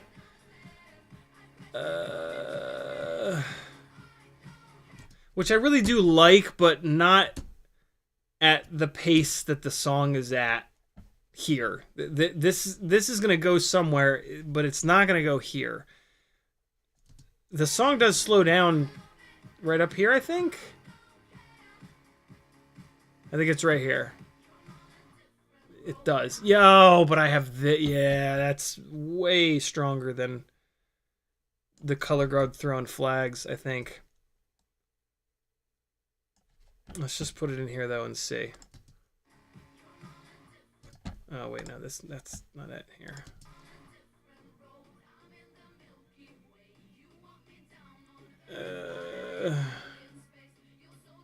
I could cut right there though. That's almost certainly where I'm gonna cut.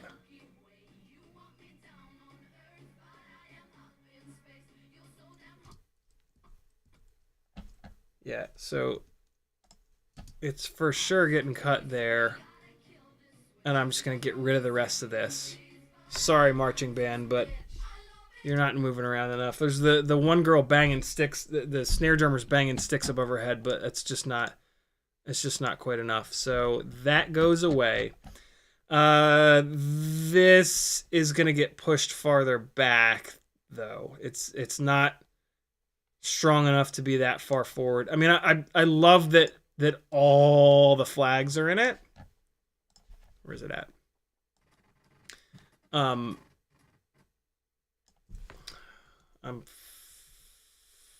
fucking this up. Hold on. It's not that clip. It's this clip. Yeah. Okay. It's this one. Right? Nope. The hell's going on? Oh, no. I'm clicking this. I'm toggling the... It's not toggling. What the hell's going on? Hold on.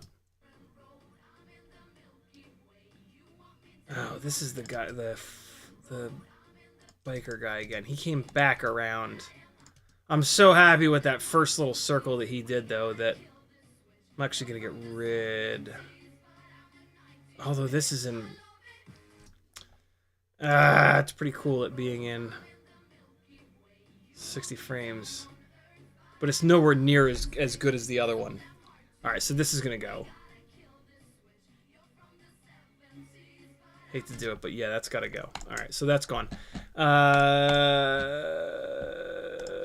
Where's that other one? It's here. Okay, it's here.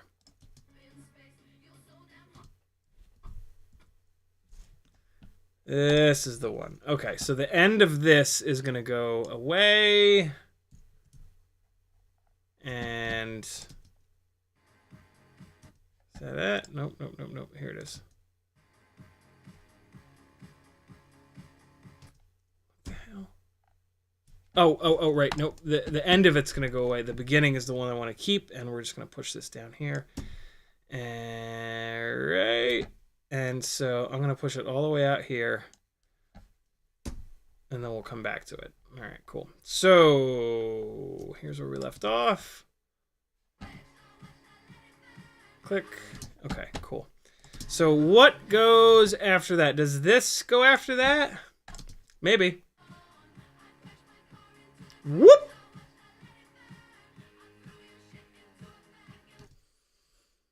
So we're going from sliding backwards to sliding forwards kind of slowly. Interesting.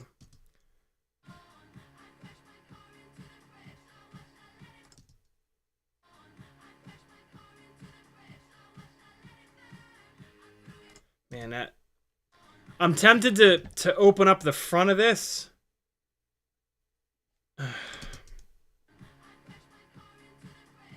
No, because it lines up with the beat. The yaw rotation lines up with the beat. And so I'm going to leave. And that's what really looks nice in there. Okay. All right. So, what else do we have here? I don't know if this Coca-Cola clip is going to stay here. What's this? Hold on. What? You fuck. Hold on. I changed the name of one of the hard drives, which was a stupid ass idea, but yeah.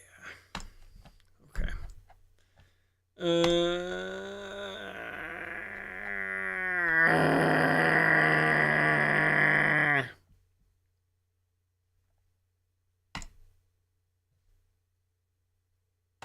Oh, it's scary to do that, but it should be fine. Okay.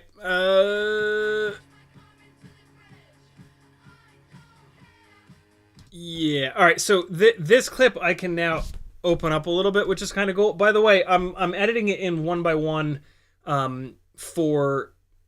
All right. So something that I've realized lately is that if you edit in 16:9 and then you crop to 1x1 for Instagram, like, there's a chance that when you're editing wide, your subject goes off the side, but you don't cut away because they're still in that 16:9 frame. If you edit in 1x1, you would have cut that out.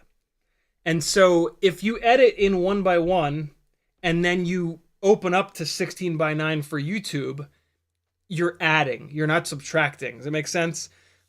So yeah, if I know that the end product is going to end up on Instagram, which is kind of everything, at this point, I'm going to start editing in 1x1. I really like this, this way of doing it versus editing it in 16:9. So yeah, this is the first time I'm trying it, but that's my philosophy on it, and I can't possibly...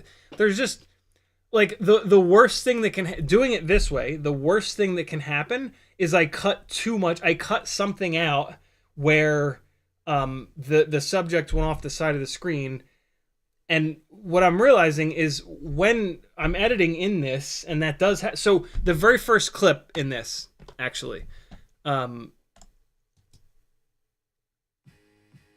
Right? So they went off the side. And in the 1x1 framing.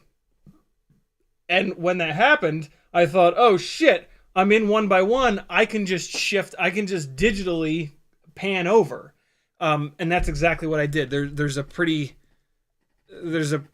I spent a bunch of time on this to get it to look really natural. But yeah, this has a big nasty digital pan to keep them in the frame. And then it pans back to the center, and then I think it goes back over again. And it's easy to do, but to make it disappear, it's a little bit difficult. So yeah. Right? You can't even tell. God, was that difficult. I spent probably a half an hour on that to get that to really look good. Well, to get it so that you can't tell it's there. One of the most frustrating things about editing is that if you spend enough time, nobody will even know that you exist. If you get it just right and you spend enough time and effort, nobody will even know that you edited it, or nobody will even know that it's been edited. All right. So this absolutely needs to get fixed, because I absolutely don't want that fade backwards in the beginning of this clip. So cut that off. It's a little slow on the beginning there. Let's see what that looks like when you're coming at it from a transition. It's not bad. There's a big acceleration though. And I don't know if that's going to work for a full measure. Oh, this is not synced up right. Hold on. There's the beat.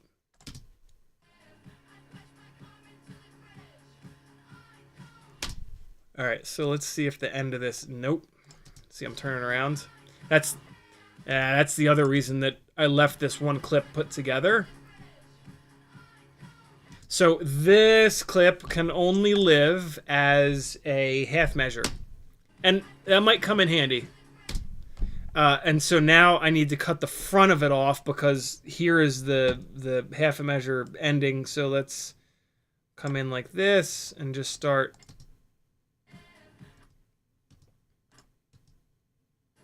chopping. Yeah, there might be a point where I can use this, or maybe not. Either way, we'll get it where it needs to be and drag it aside a little bit.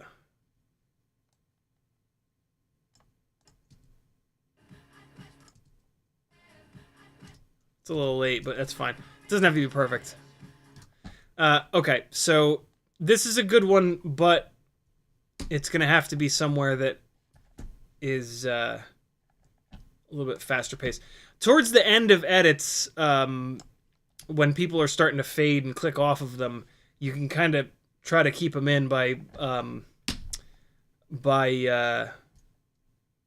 putting more frequent cuts in.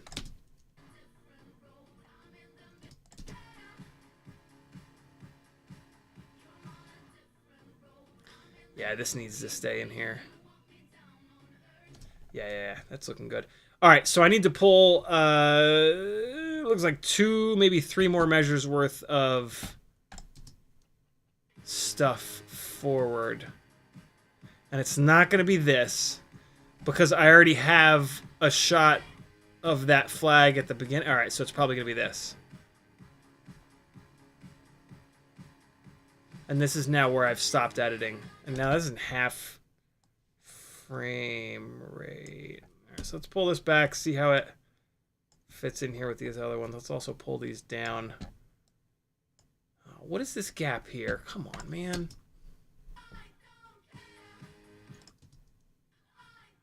Fuck you. Why did that happen?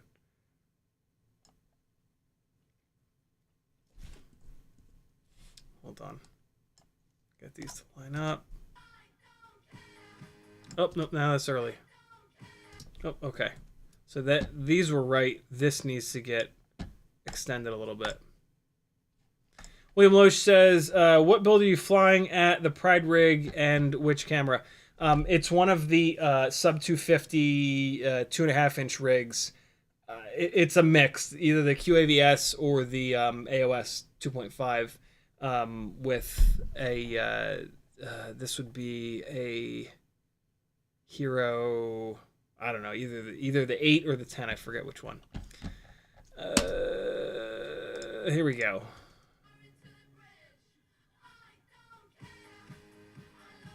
Probably the 10.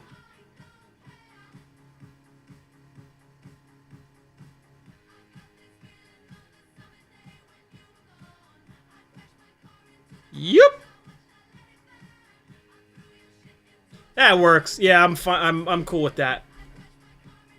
What's happening here? Why? What? Pacing is all off. 2, 2, 3, 4. Smack. Okay, I see. So yeah, I think that the fact that this slows down works with the fact that we're going back forwards again, but we're going forwards slowly, and then hopefully the next clip I can start to ramp it back up a little bit, or maybe not, because the song is chilling out. So maybe we'll just keep bringing the intensity down a little bit.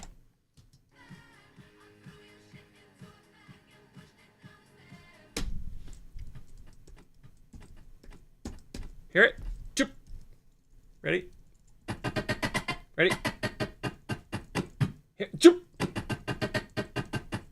Choop. Whoop. And then one frame after that. Okay. So that will now sit in there nicely. Yep. That works. Yeah. Yeah. That's fine. Let me make sure. That's cool. Yeah, that works. Okay, cool. Let's pull something else forward here. It's not going to be that. Could be this, but this is a nice long run. I think I'm also in half. 50% speed. No. I can't use that one because it's real short. We're getting to the New Orleans folks. Nope.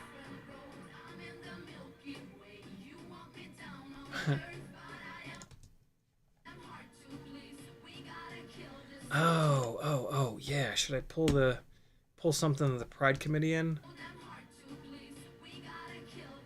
Nah, it's a little too slow. God, I hate that there was such a big gap there. Ooh, there's a...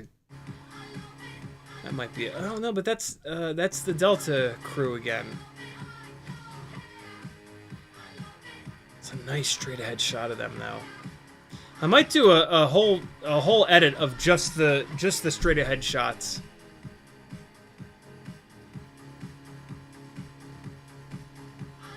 There we go. That's the one. That's getting pulled forward. All right, so let's take this one here, and we'll pull it up there. I think that should mix. Okay, let's see. Oh, I got a left yaw going on here. I don't love it, but I think it does work.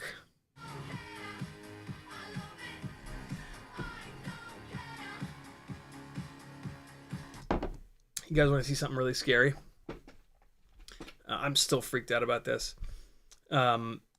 This is why, even if you think you're an awesome pilot, it doesn't matter.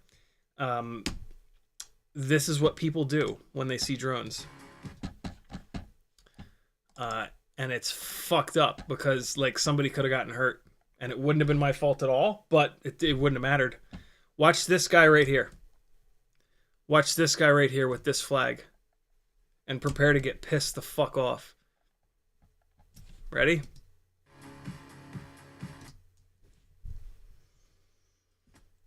Yeah. Yeah. Yeah. So if he'd hit it, it would have probably nosed over and smashed her right in the face.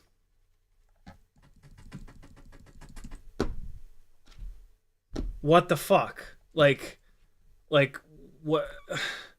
What is wrong with you? Not to mention, this is Delta. This guy works for fucking Delta. Think about that. Asshole, dude. And it's not just him, man. People just think that that oh, a drone, it's a good idea to smash it out of the air. Like, what the fuck is wrong with you? I remember when it happened, I was pissed. When I came back and watched it in the GoPro footage and I saw how close he came to the camera, I was furious for days afterwards. Like, to the point where I had a screenshot of it that I was gonna send to Delta and explain the situation and be like, you do as you wish with this information, but just so you know, one of your guys tried to knock an aircraft out of the air, right? Like, we are flying aircrafts. This is a legally flown aircraft that one of Delta's employees tried to knock out of the air into a crowd. Not fucking cool. But the last thing that I want is for Delta to like submit it to the FAA and then for it to become a thing of like, I don't know. I was following the FAA's rules, but all of their rules are such a gray area that, like, I don't know, maybe they would have said like, oh no, you weren't transiting over a crowd of people, you were hovering over a crowd of people, which is not allowed, and we're gonna fine you back to the Stone Ages. So yeah, I edited that out.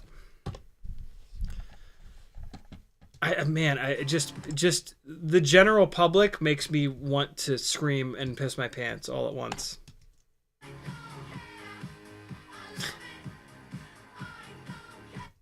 This is a different I don't necessarily want to show Delta again, but Jesus, they had a lot of people, and this is a whole separate part of their, like, this is their main crew. And then this is like a whole separate gang of theirs. And like, I'm tempted to edit it out just because that guy's such an asshole, but it actually, oh wait, no, that's not a separate part of their crew, is it? Because there's Coca-Cola behind them. But it's a different, is it a different truck? Oh no, it's the same. All right, I guess I can't use that toy. I don't know.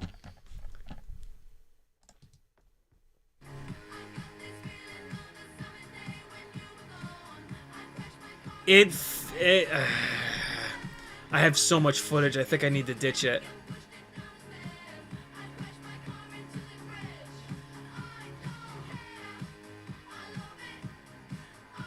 It's a good shot though. I do like it. I'm gonna get it away from. I'm gonna put it back where it was. I'm gonna get it away from the other clip of Delta. Is I think what makes the most sense, and now I'll find something else that works. There were plenty of floats and groups and whatnot.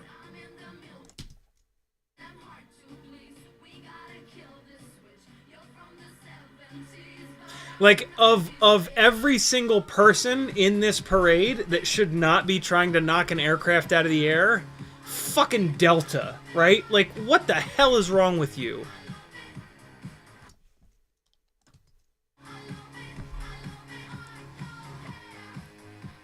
Here's another really similar clip of the Delta crew. Anytime there was like a big group, I would really focus on them, which is what's happening, which is why I keep having them pop up. All right, so now we're past Delta into Coca-Cola. Yeah, I have like all these clips where I tried to fly basically I tried to fly the entire parade right down the center at some point, just and so a lot of this stuff, a lot of these groups I did like twice because I always wanted to try to get that right down the middle of the street, straight shot. Nice, safe, you know. And and now that I have all of those, I can potentially do an edit where I just fly straight down the middle of the street and just cut. Nice, you know, just could be cool. Could suck, but could be cool. This is just a transit back to the front. Like, this is me going back to the front so that I can either get that straight down the middle shot, or I already got the straight down the middle shot and now I'm going to get something a little bit more interesting. I was hoping this would look better than it does. Oh, right. And this was kind of cool though. This little bit, like starting right around now, is going in for sure. Oh, I got this other clip on top of it. Maybe. I don't know. Yeah, I don't know if that'll get in there. What's this? This is the Pride Committee. This is... Oh, okay. I know why I have this here. I have this here to remind myself that it exists. What was this one here? Coca-Cola again. Okay, and it's a straight down the middle shot. This is Diplomats for Equality. Nice. I wish it was a bigger group. God damn, do I wish it was a bigger group. If you guys catch my drift. Okay, so let's pull this one back a little bit. I don't like any of these for where I'm at. Here we go. This is it. Yep. Okay, cool. Let's pull that one up. And that is almost certainly the drone that I'm looking for. Wait, no. All right, let's see. Wait. Oh, it might even have a... Oh, no, it's rotating to the right now. That's annoying. It's not really yawing to the right. It's more just sliding. I wonder if I could... I wonder what this would look like. What's that do?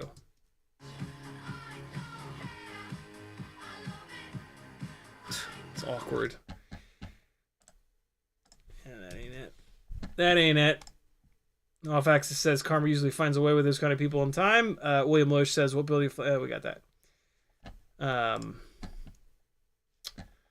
Okay, where did I just pull that from? Down here? I'm going to need to pull a bunch more stuff forward.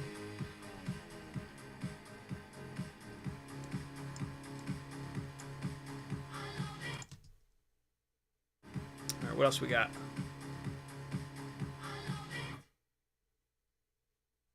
Oh, right. Ah, right. Nope. We're down here. Here we go. Wait, what was that one? Oh, same group. Okay, just not moving around. Man, the wind was kicking the shit out of me. This is Cupcake Vodkas. Cupcake Vodka. You know anybody? Do you guys know anybody that pronounces vodka vodka? Does it make you want to punch them, or is that just me?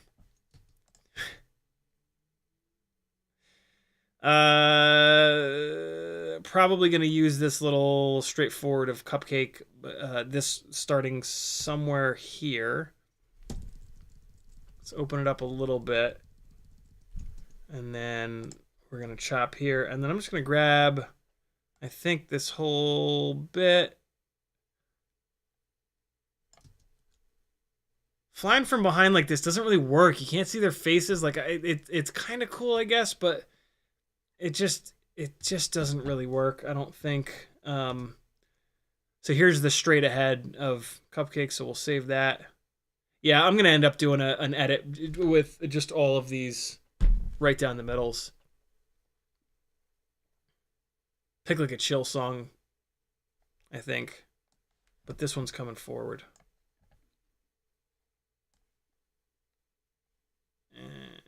Let's just put it there for now.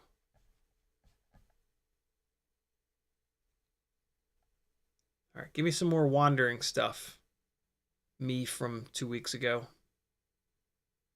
Although I'm kind of digging what's happening so far, where like I've got some cuts where I'm kind of moving around, some cuts where I'm staying straight.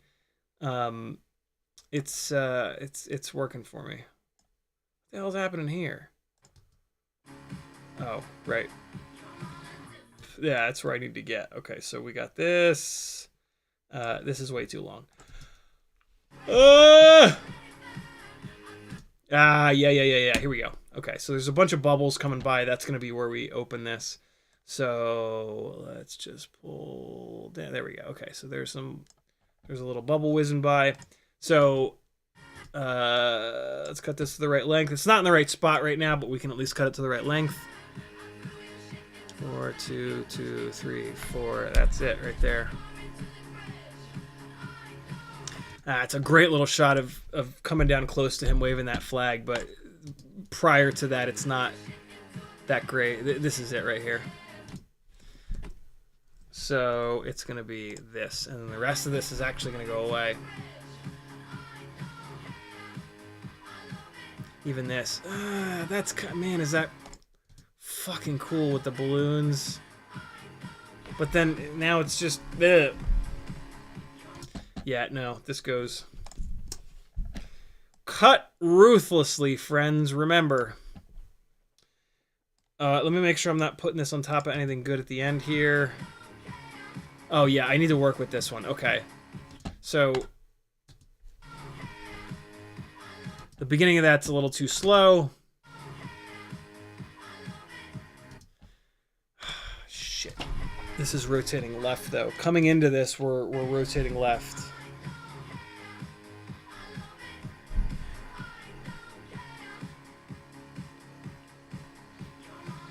I don't love the end of that.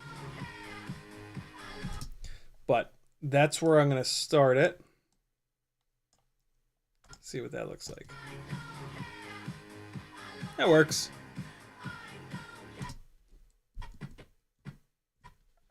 All right, and then we'll chop it here. Drop this in. What is? Hold on. What?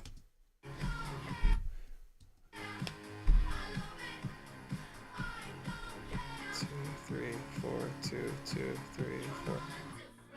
Oh, this is. Why is this? I don't have that synced up all that well. I don't know why I have these sitting where they're sitting, but now they're better.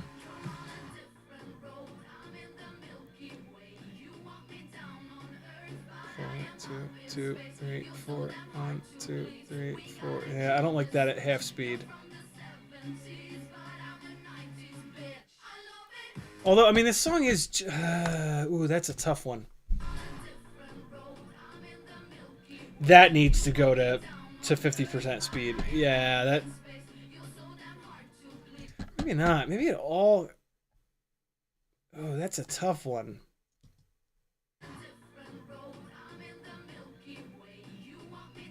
Tell me they're not walking at the same beat per minute. If that syncs up, I'm gonna hold on. Hit step. So I need to pull. Okay, so I need to pull the footage forward. Let's try 0.4. Let's try 4 frames. I should say 4/30ths of a second. No, they're walking slower. Okay, cool. Wait, no. Redo.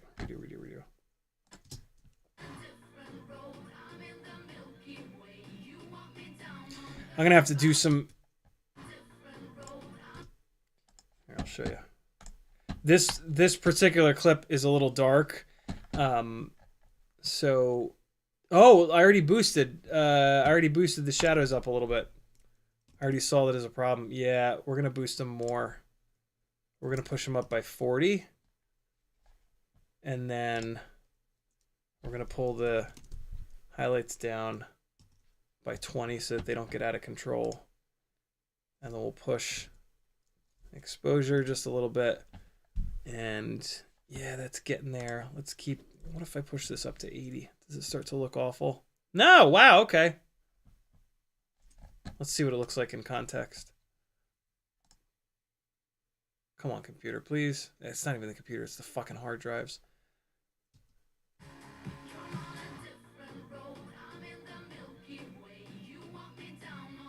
Yeah, you can kind of tell. That was a little too far. 80 is a little too far. Let's do 60.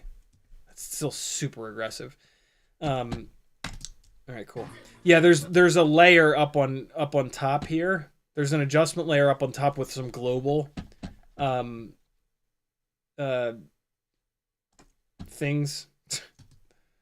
Here, off, on, off, on, off, on, off, on, off, on. But sometimes they'll be, you know, with specific clips, you'll have to put something in there. Good Lord, it's 12:15. Let me get to a little stopping point and then we'll call it quits for the night.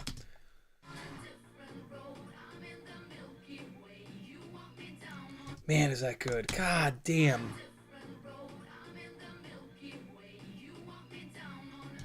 All right, so now that's not sitting right in there. 1, 2, wait, is that even lined up? 1, 2, 3, 4, 2, 2, 3, 4, bang. Nope, it's early.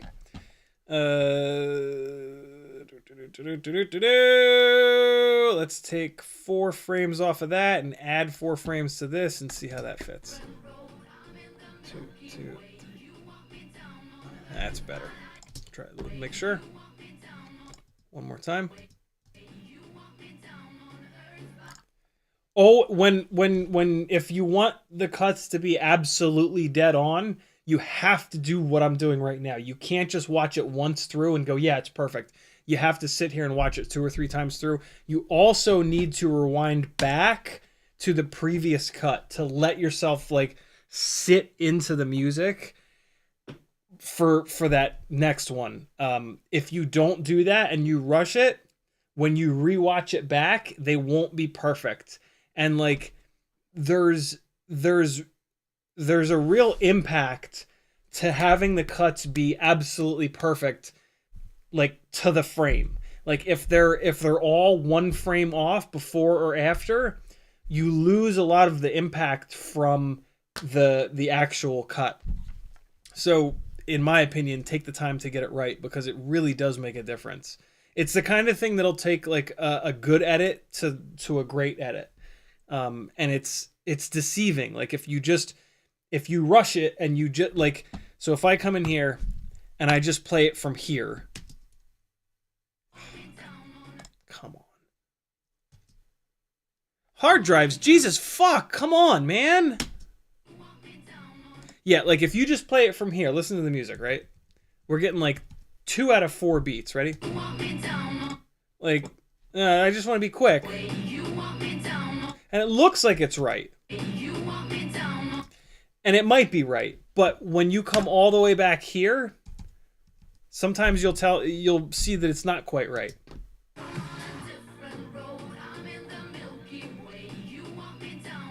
In this case, I think it's dead on.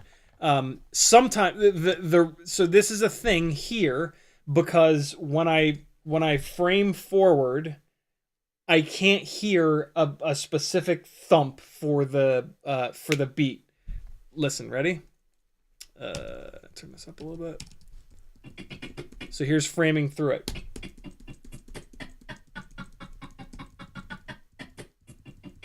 Like don't look at like don't well here. Ready? Where was it? We just went past it. I'll do this when it hits. Ready? That's where the cut is. But there's nothing, you can't hear that. You know, like sometimes there's not like a bass drum hit or a snare hit or a cymbal hit on the one to make it easy for you to find that cut. And in that case, you just have to put the time in. You just have to sit there and listen to it and do like a full measure that you listen to through. So yeah, there's that.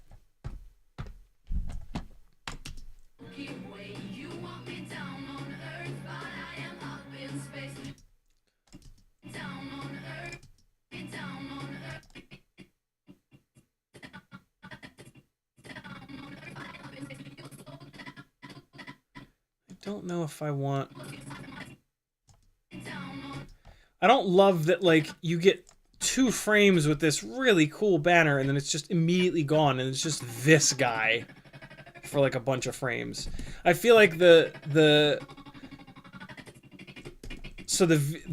banner draws your eye downwards and then you just stare at this guy and then you look up and you're like, oh shit, look at these really cool Mardi Gras dancers. So I either want to add more to the beginning of this or take away from the beginning of this. Let's try to add a little bit to it first. It's acting weird because of the audio file. I should just get rid of all these audio files, but oh shit.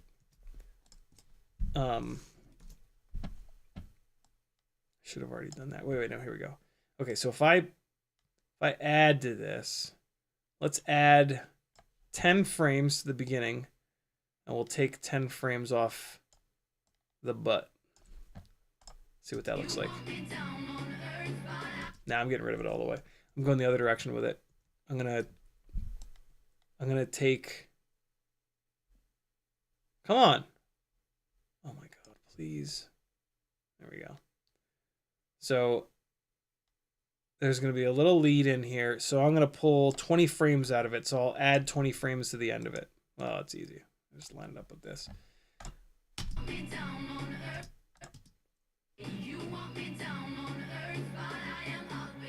And that's cool. That gives you a little bit more time with this band here, which is not band, but this, there's a bunch of musicians that are doing cool musician things here.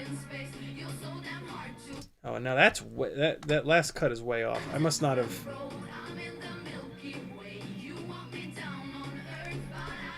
I must have just chopped these up raw. All right, so now this is not all right. So here's another situation. I can't hear shuffling through. I won't be able to hear the 1. So what I do is I back up and then listen for the 1 and smack the space bar to stop it roughly on the 1, and then you just put the cut there and see what it looks like. Ready? So that's roughly it. So now let's take we're gonna pull this one back, and then we're gonna take the end of this one and pull it out. So now we've got the cut in there, and now you're just gonna watch it and you're just gonna do it by eye. It's pretty good. It's pretty damn close. I mean, that might be it. I think that's it. That's a pretty smooth transition too. We're down the middle at a reasonable pace. And then we got these amazing balloon heads coming. Let me add a little bit to the beginning of this. I'm really good at that.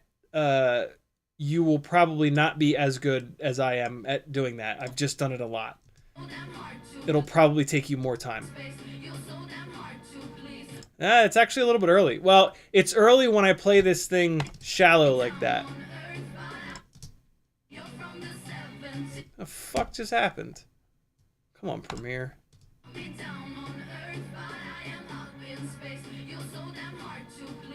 It might be a frame early. And no, I'm not kidding. A frame is all it takes. It's a 30th of a second. Think of that in like latency terms. It's real. Nope, now it's late. So you can tell when you change it by a frame, you can tell. It's going to be hard for you guys to tell because right now this is going through the speakers, up through the mic, and then into the stream, and then out. So if these cuts are not perfect for you, it's because of some sort of a delay going on. Yeah, if you're doing the editing, you won't have that happening.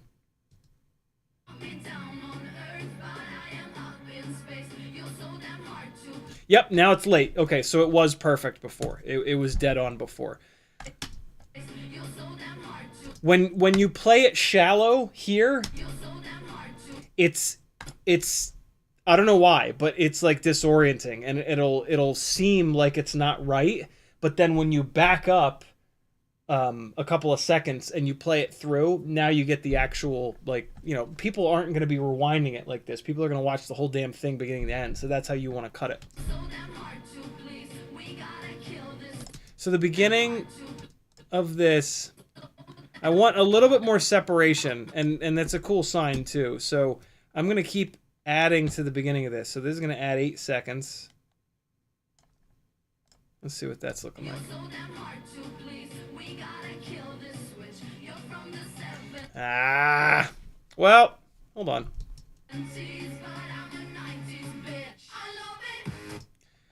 Yeah, I think I might leave. I'm tempted to do another cut in there, but I think I might leave this for 2 measures.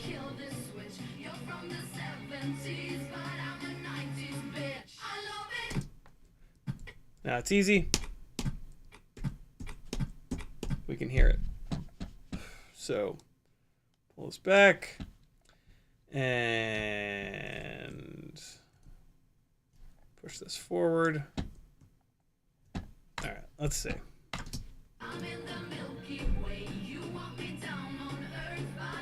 Man, I really want this to be in half frame rate, but it sits so nice in here. And like, nah, you know what? We're gonna go to half on this, because the beginning of this clip, they're kind of coming from the side, and then and if I cut this in half, they'll be dead center the whole time. And I think that's what I want. I still want that little hit of elevation, but I can actually cut the butt of this a little bit. Come on, man. God damn it, come on, fucking hard drives. Are you kidding me? Alright, so your eyes moving down, your eyes moving down, your eyes moving down. We lose them, and we can chop a little bit of their feathers off. And then what we can do is just pull it back like this, and then just pull the front level with this guy. And now we got it. Let's see what that looks like. Yeah. That's way better. That's way better. That really drives home the change in the music too. Yeah, that's it. Yeah, that's cool. All right. Yeah. That's doing it. That's the one. And now it'll roll right into that big flag clip. That also gives you time to see the expression on her face. Ready? Look, the girl on the right. Well, you guys might not be able to see it now. Maybe you'll be able to. This just gives your eyes time to, like, kind of lock in on the whole thing, and then see those two. Look at one, look at the other, and she gives a great facial expression. Ready? That's it. God damn, yeah. That's it for sure. Yeah. That works too. Staying on this one works. Oh, so good. This is coming together. Yeah. I am... I kind of want to put something else in here. But I really like this. I love this Piedmont. I love the balloons. I'm going to leave it for now. Next time I dive into this, I'll watch it and maybe I'll hate it.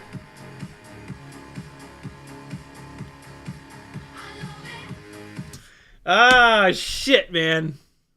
Hell yeah. Tell me this isn't going to just sit in here all nice like... What is the deal with this? Is this half speed or is this... No, that's full speed. Why does that look like it's in half speed? No, yeah, you can see by the flag. It's just the way that I was flying it, I guess. I almost want to make it... I mean, let's see. The beauty of non-destructive editing.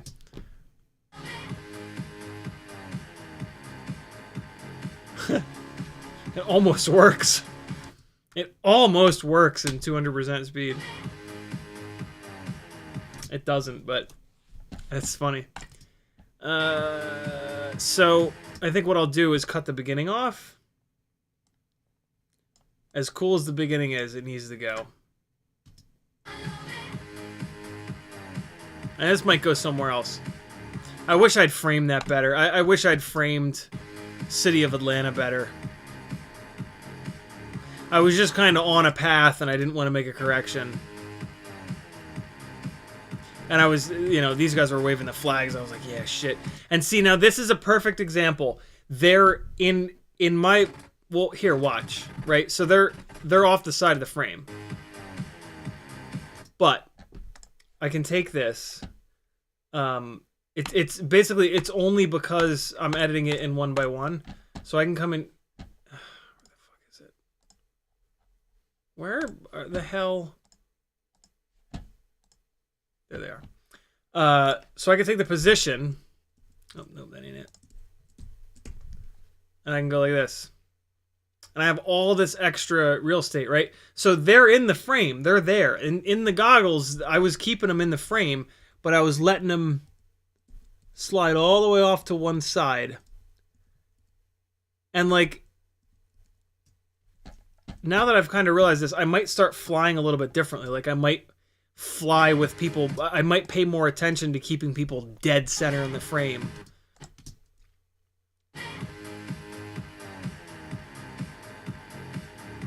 See that? Isn't that interesting? Now I don't like it. So I won't, if I use this clip and I do that little trick, I won't leave it the way it is now. What I'll do is I'll center it, and then I'll use oh god, I forget what they're called. They are called keyframes. I'll set keyframes in there when I want it to. When those guys go off the side of the 1x1 frame, I'll put keyframes to do that little move that I did on the fly to keep them in the frame. I might as well do it right now. Like I'm gonna do it to this clip no matter what, so I might as well do it right now. The reason being is when you push it off to the side like that and you're flying straight ahead, it looks weird because the center point is no longer in the center. The center point is now offside, so it just looks weird. So we hit this little guy and we drop this. Oh, we don't really need to drop it down, but we pick it's not that hard. So we're gonna pick I guess it already left a keyframe, so I didn't want it to leave that keyframe there. So the beginning is gonna be fine. Well, all right. So let me put it back. So put it back to 1080, and we're gonna watch it and just wait for him to go all the way out of frame and out of frame here. So by this point, I want it to be shifted over. So we're gonna put a keyframe here, and then we're gonna take this and we're gonna shift it all the way over, just like we did before. So at this keyframe, it's going to be here. Right here. So now we need to back up and pick a point where it's going to be centered. So let's so now everything is off center for the record right now because I only have that one keyframe in, but I want to add another keyframe, and maybe I'll put it right here because this is, I mean, it's going to change, but so now we drop it.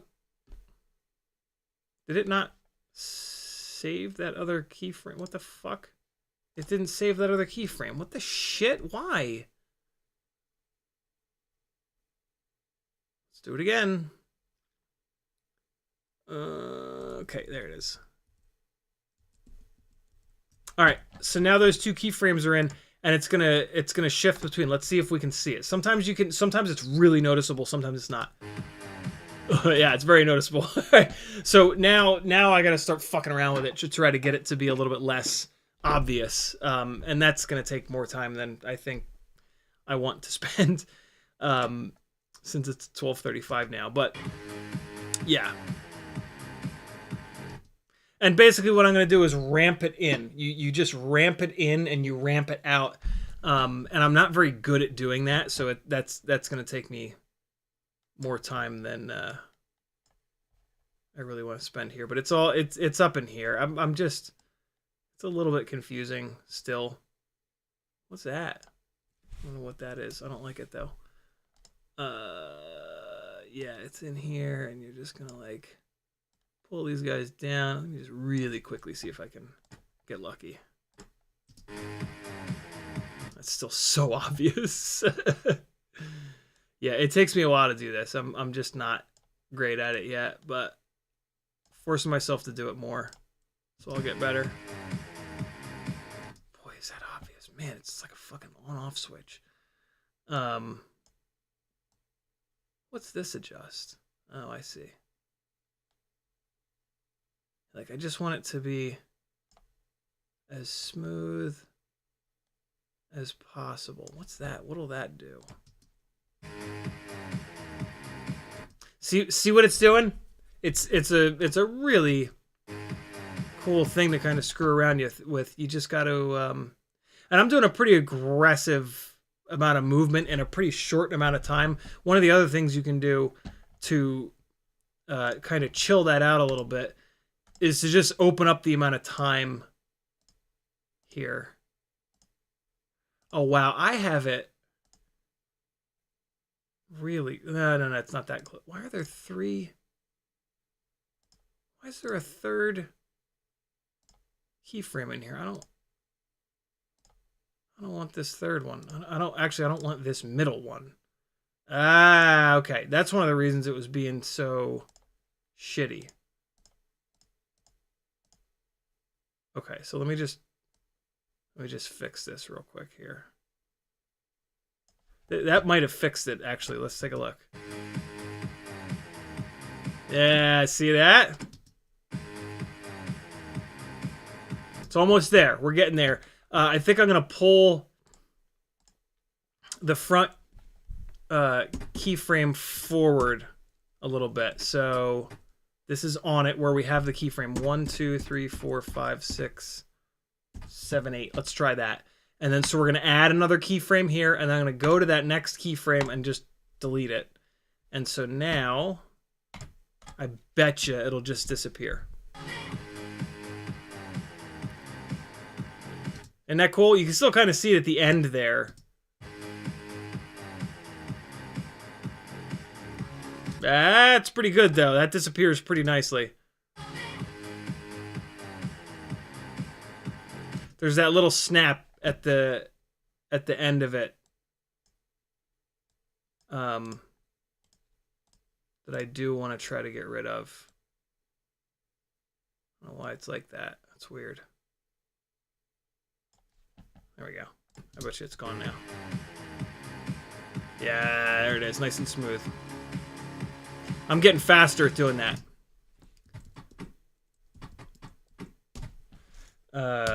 And then, so this gets cut here. I think I'm going to ditch the rest of... Oh, that's pretty good. Oh, that's pretty good. Hold on.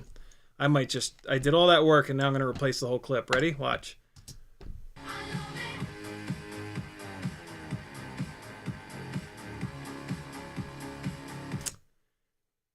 That's pretty good. Man, am I sliding sideways like a motherfucker, though. Wait, no, the position is all screwed up. Hold on, did I fuck this up?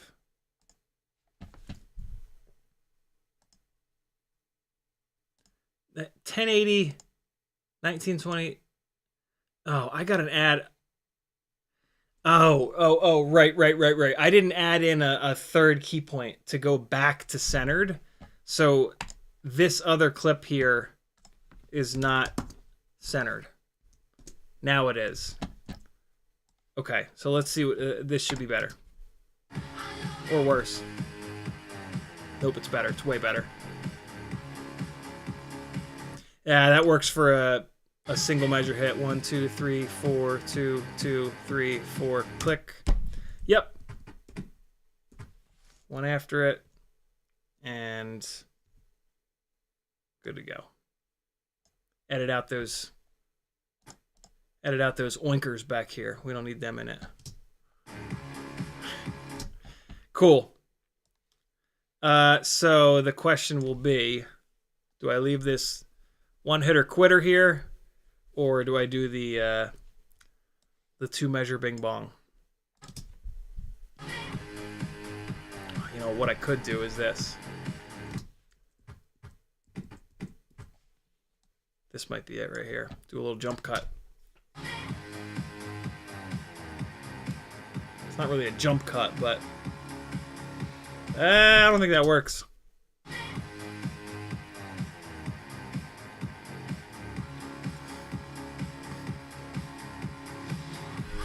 I think it's just going to be that second one.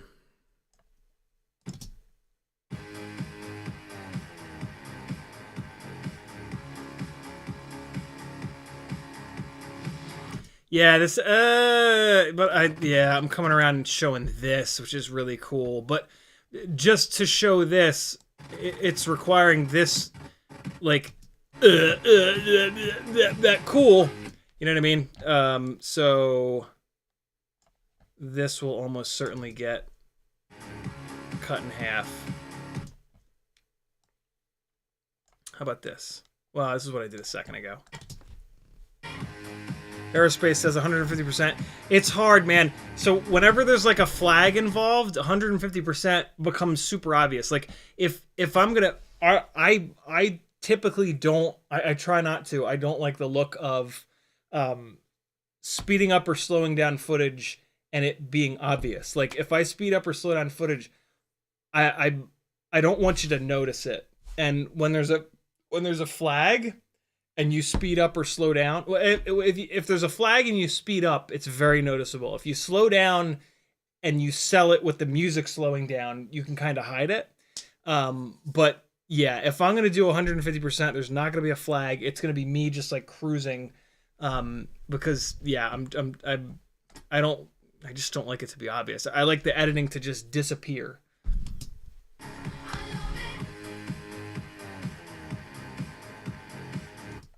I think I like that second clip better. I think I'm going to get rid of this one.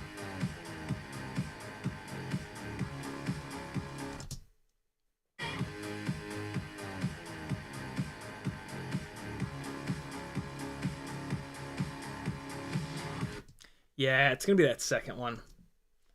I'm almost certainly going to get rid of this first one. The only thing I'm wondering, though, is I have this big, long clip, but I mean, it makes sense.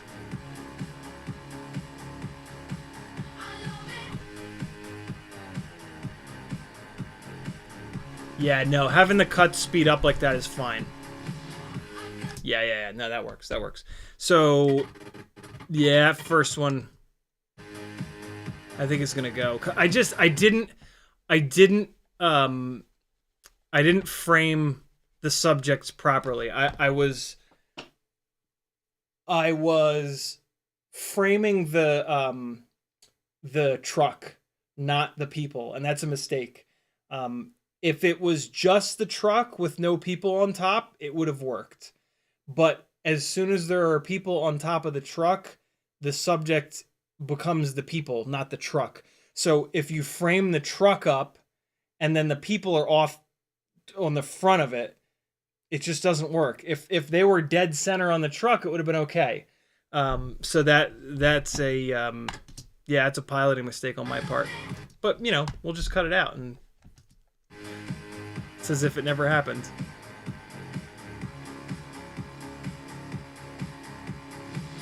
The reason why it works on that second one is because we're leaving. We're showing I'm still framing the truck, but the people come in and then we just run them right out of frame. So yeah, this first one's got to go. That's a shame because it's cool that the truck is crabbing down the street. Right? The driver in the rear of the truck has the rear wheels all the way to the left. And that's cool. It's cool to see that. But I've cut it so short that you can't really tell that that's what's happening. So yeah, we're going to get rid of that one. And oh, I wonder if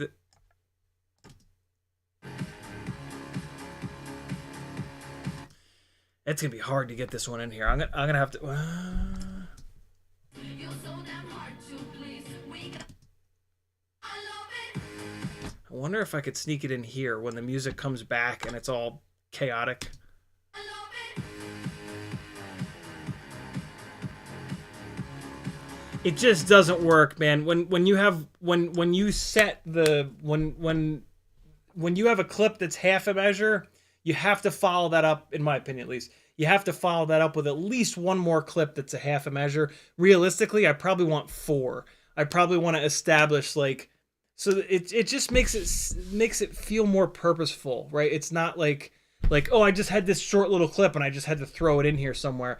It's like no. Like I'll when it comes to cutting shorter like that, to me, like you want to do it for the reason behind it, right? And it's that the music is going bananas, which is what made me think of it here.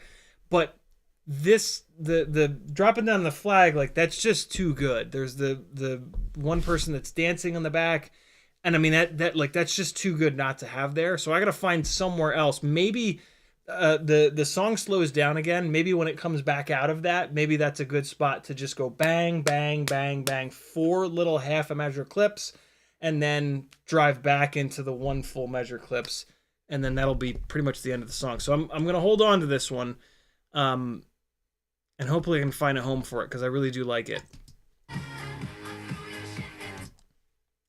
All right, that's a good place to stop, I think.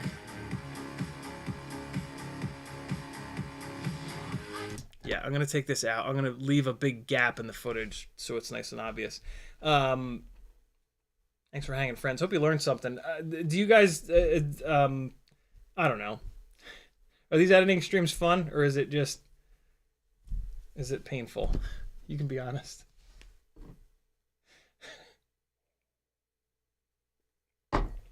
Try to kind of teach you guys a thing or two while I'm doing it to make it less awful, but I don't know. It's hard. Like we're all into FPV, and like editing doesn't have to be a part of it.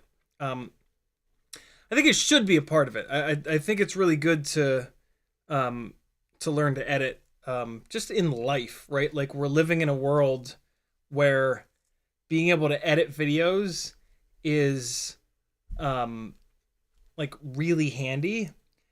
And as an FPV pilot, if you want to get paying work someday, you're probably going to have to learn how to edit, at least so that you can make yourself a reel. And if your reel is really good, it makes a big difference. I've on multiple occasions heard of people not getting gigs because their reel just wasn't good enough. And so yeah, that's a real thing. See what I did there? Real thing. This solder is all fucked up in the game. It's like all angry up in here, and I'm trying to figure out where it gets angry, but I'm not finding the angry bits. Where does this get angry? Where is it all janked up, yo? It's getting late. Right 9 says F edits get good. Yeah. A lot of people say that don't get work. Oh my god, this I just pulled on the solder hard enough that it broke. Wow. This is thin solder. Hey, look, it's all fucked up in the game down here. I don't know what's happening. What's and it's like looped in through itself. What happened here? And what is this loop of solder that's like coming out of the inside? How about this? Cut this. It's all gonna get cut anyway. And now what happens? Now where's this go? Oh, this is bad. I'm just unspooling all this solder. I need to get the other side of this is just all jangly and gangly.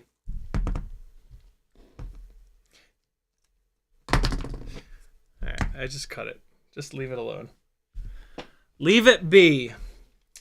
Best way to hook up your solder. Take your thing and wind it around the thing. Anything somewhat round will work. Wind it, wind it, wind it, wind it, wind it. Gather it. Wind it, wind it, wind it, wind it. Gather it. Wind it, wind it. I pulled a lot of this solder off. Wind it. Gather it. Almost there. Wind, wind, wind, wind, wind, wind. Fuck. Wind, wind. It doesn't have to be perfect. Unless you're a crazy person. Then it has to be perfect. There you go.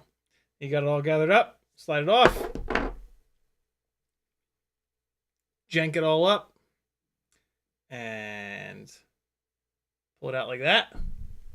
And now it'll stand on your desk. And you got a little handle. You can add it to your work. Do it! You'll love my nuts. Thanks for hanging, friends. CiottiFPV.com if you like these kind of things and want to see them continue. I'm crowdfunded by you beautiful people. Thank you so much for everything that you do. Thumbs up, subscribe, all that shit. Right9 says, if you want to get paid work, I suggest delete your sim flying from yesterday. Yikes. ScottFPV says, I feel like I'm learning something about editing. Good. Good, good, good. Alfax says, great work tonight. I might do an editing stream one night. Very cool. Do it. Apache Smoke says, good morning. What's up, brother? Be good friends. It's late, man. I'm brain dead. Pull this out of here and hey, here's the link to the FPV weights Google Sheet. General access. Anyone with the link, viewer, role, editor. Everybody can now edit.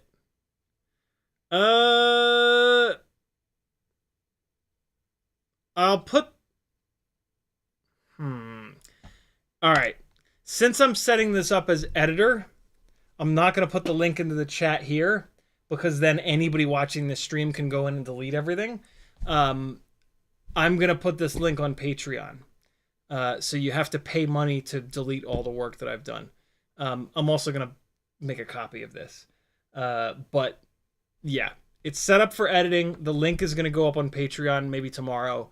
And yeah, feel free to come in to this Google Sheet, FPV weights, and add some stuff. Be good friends. Thanks for hanging. My name is Donkey McDonkeys a lot. I am the king of the donkeys. And here is the... Yeah, these hard drives are pissing me off. Oh my god, they're pissing me off. They just constantly spin down, even though I've told them to not spin down. Right? Where's the energy saving thing? There it is. Energy saver. Put hard disk to sleep when possible is not turned on. Yeah, I don't get it. I guess them spinning down is different than them sleeping. Whatever. Such is life. Be good, friends. Here's a little flying from Nashville, Tennessee. At like one of the coolest hotels ever.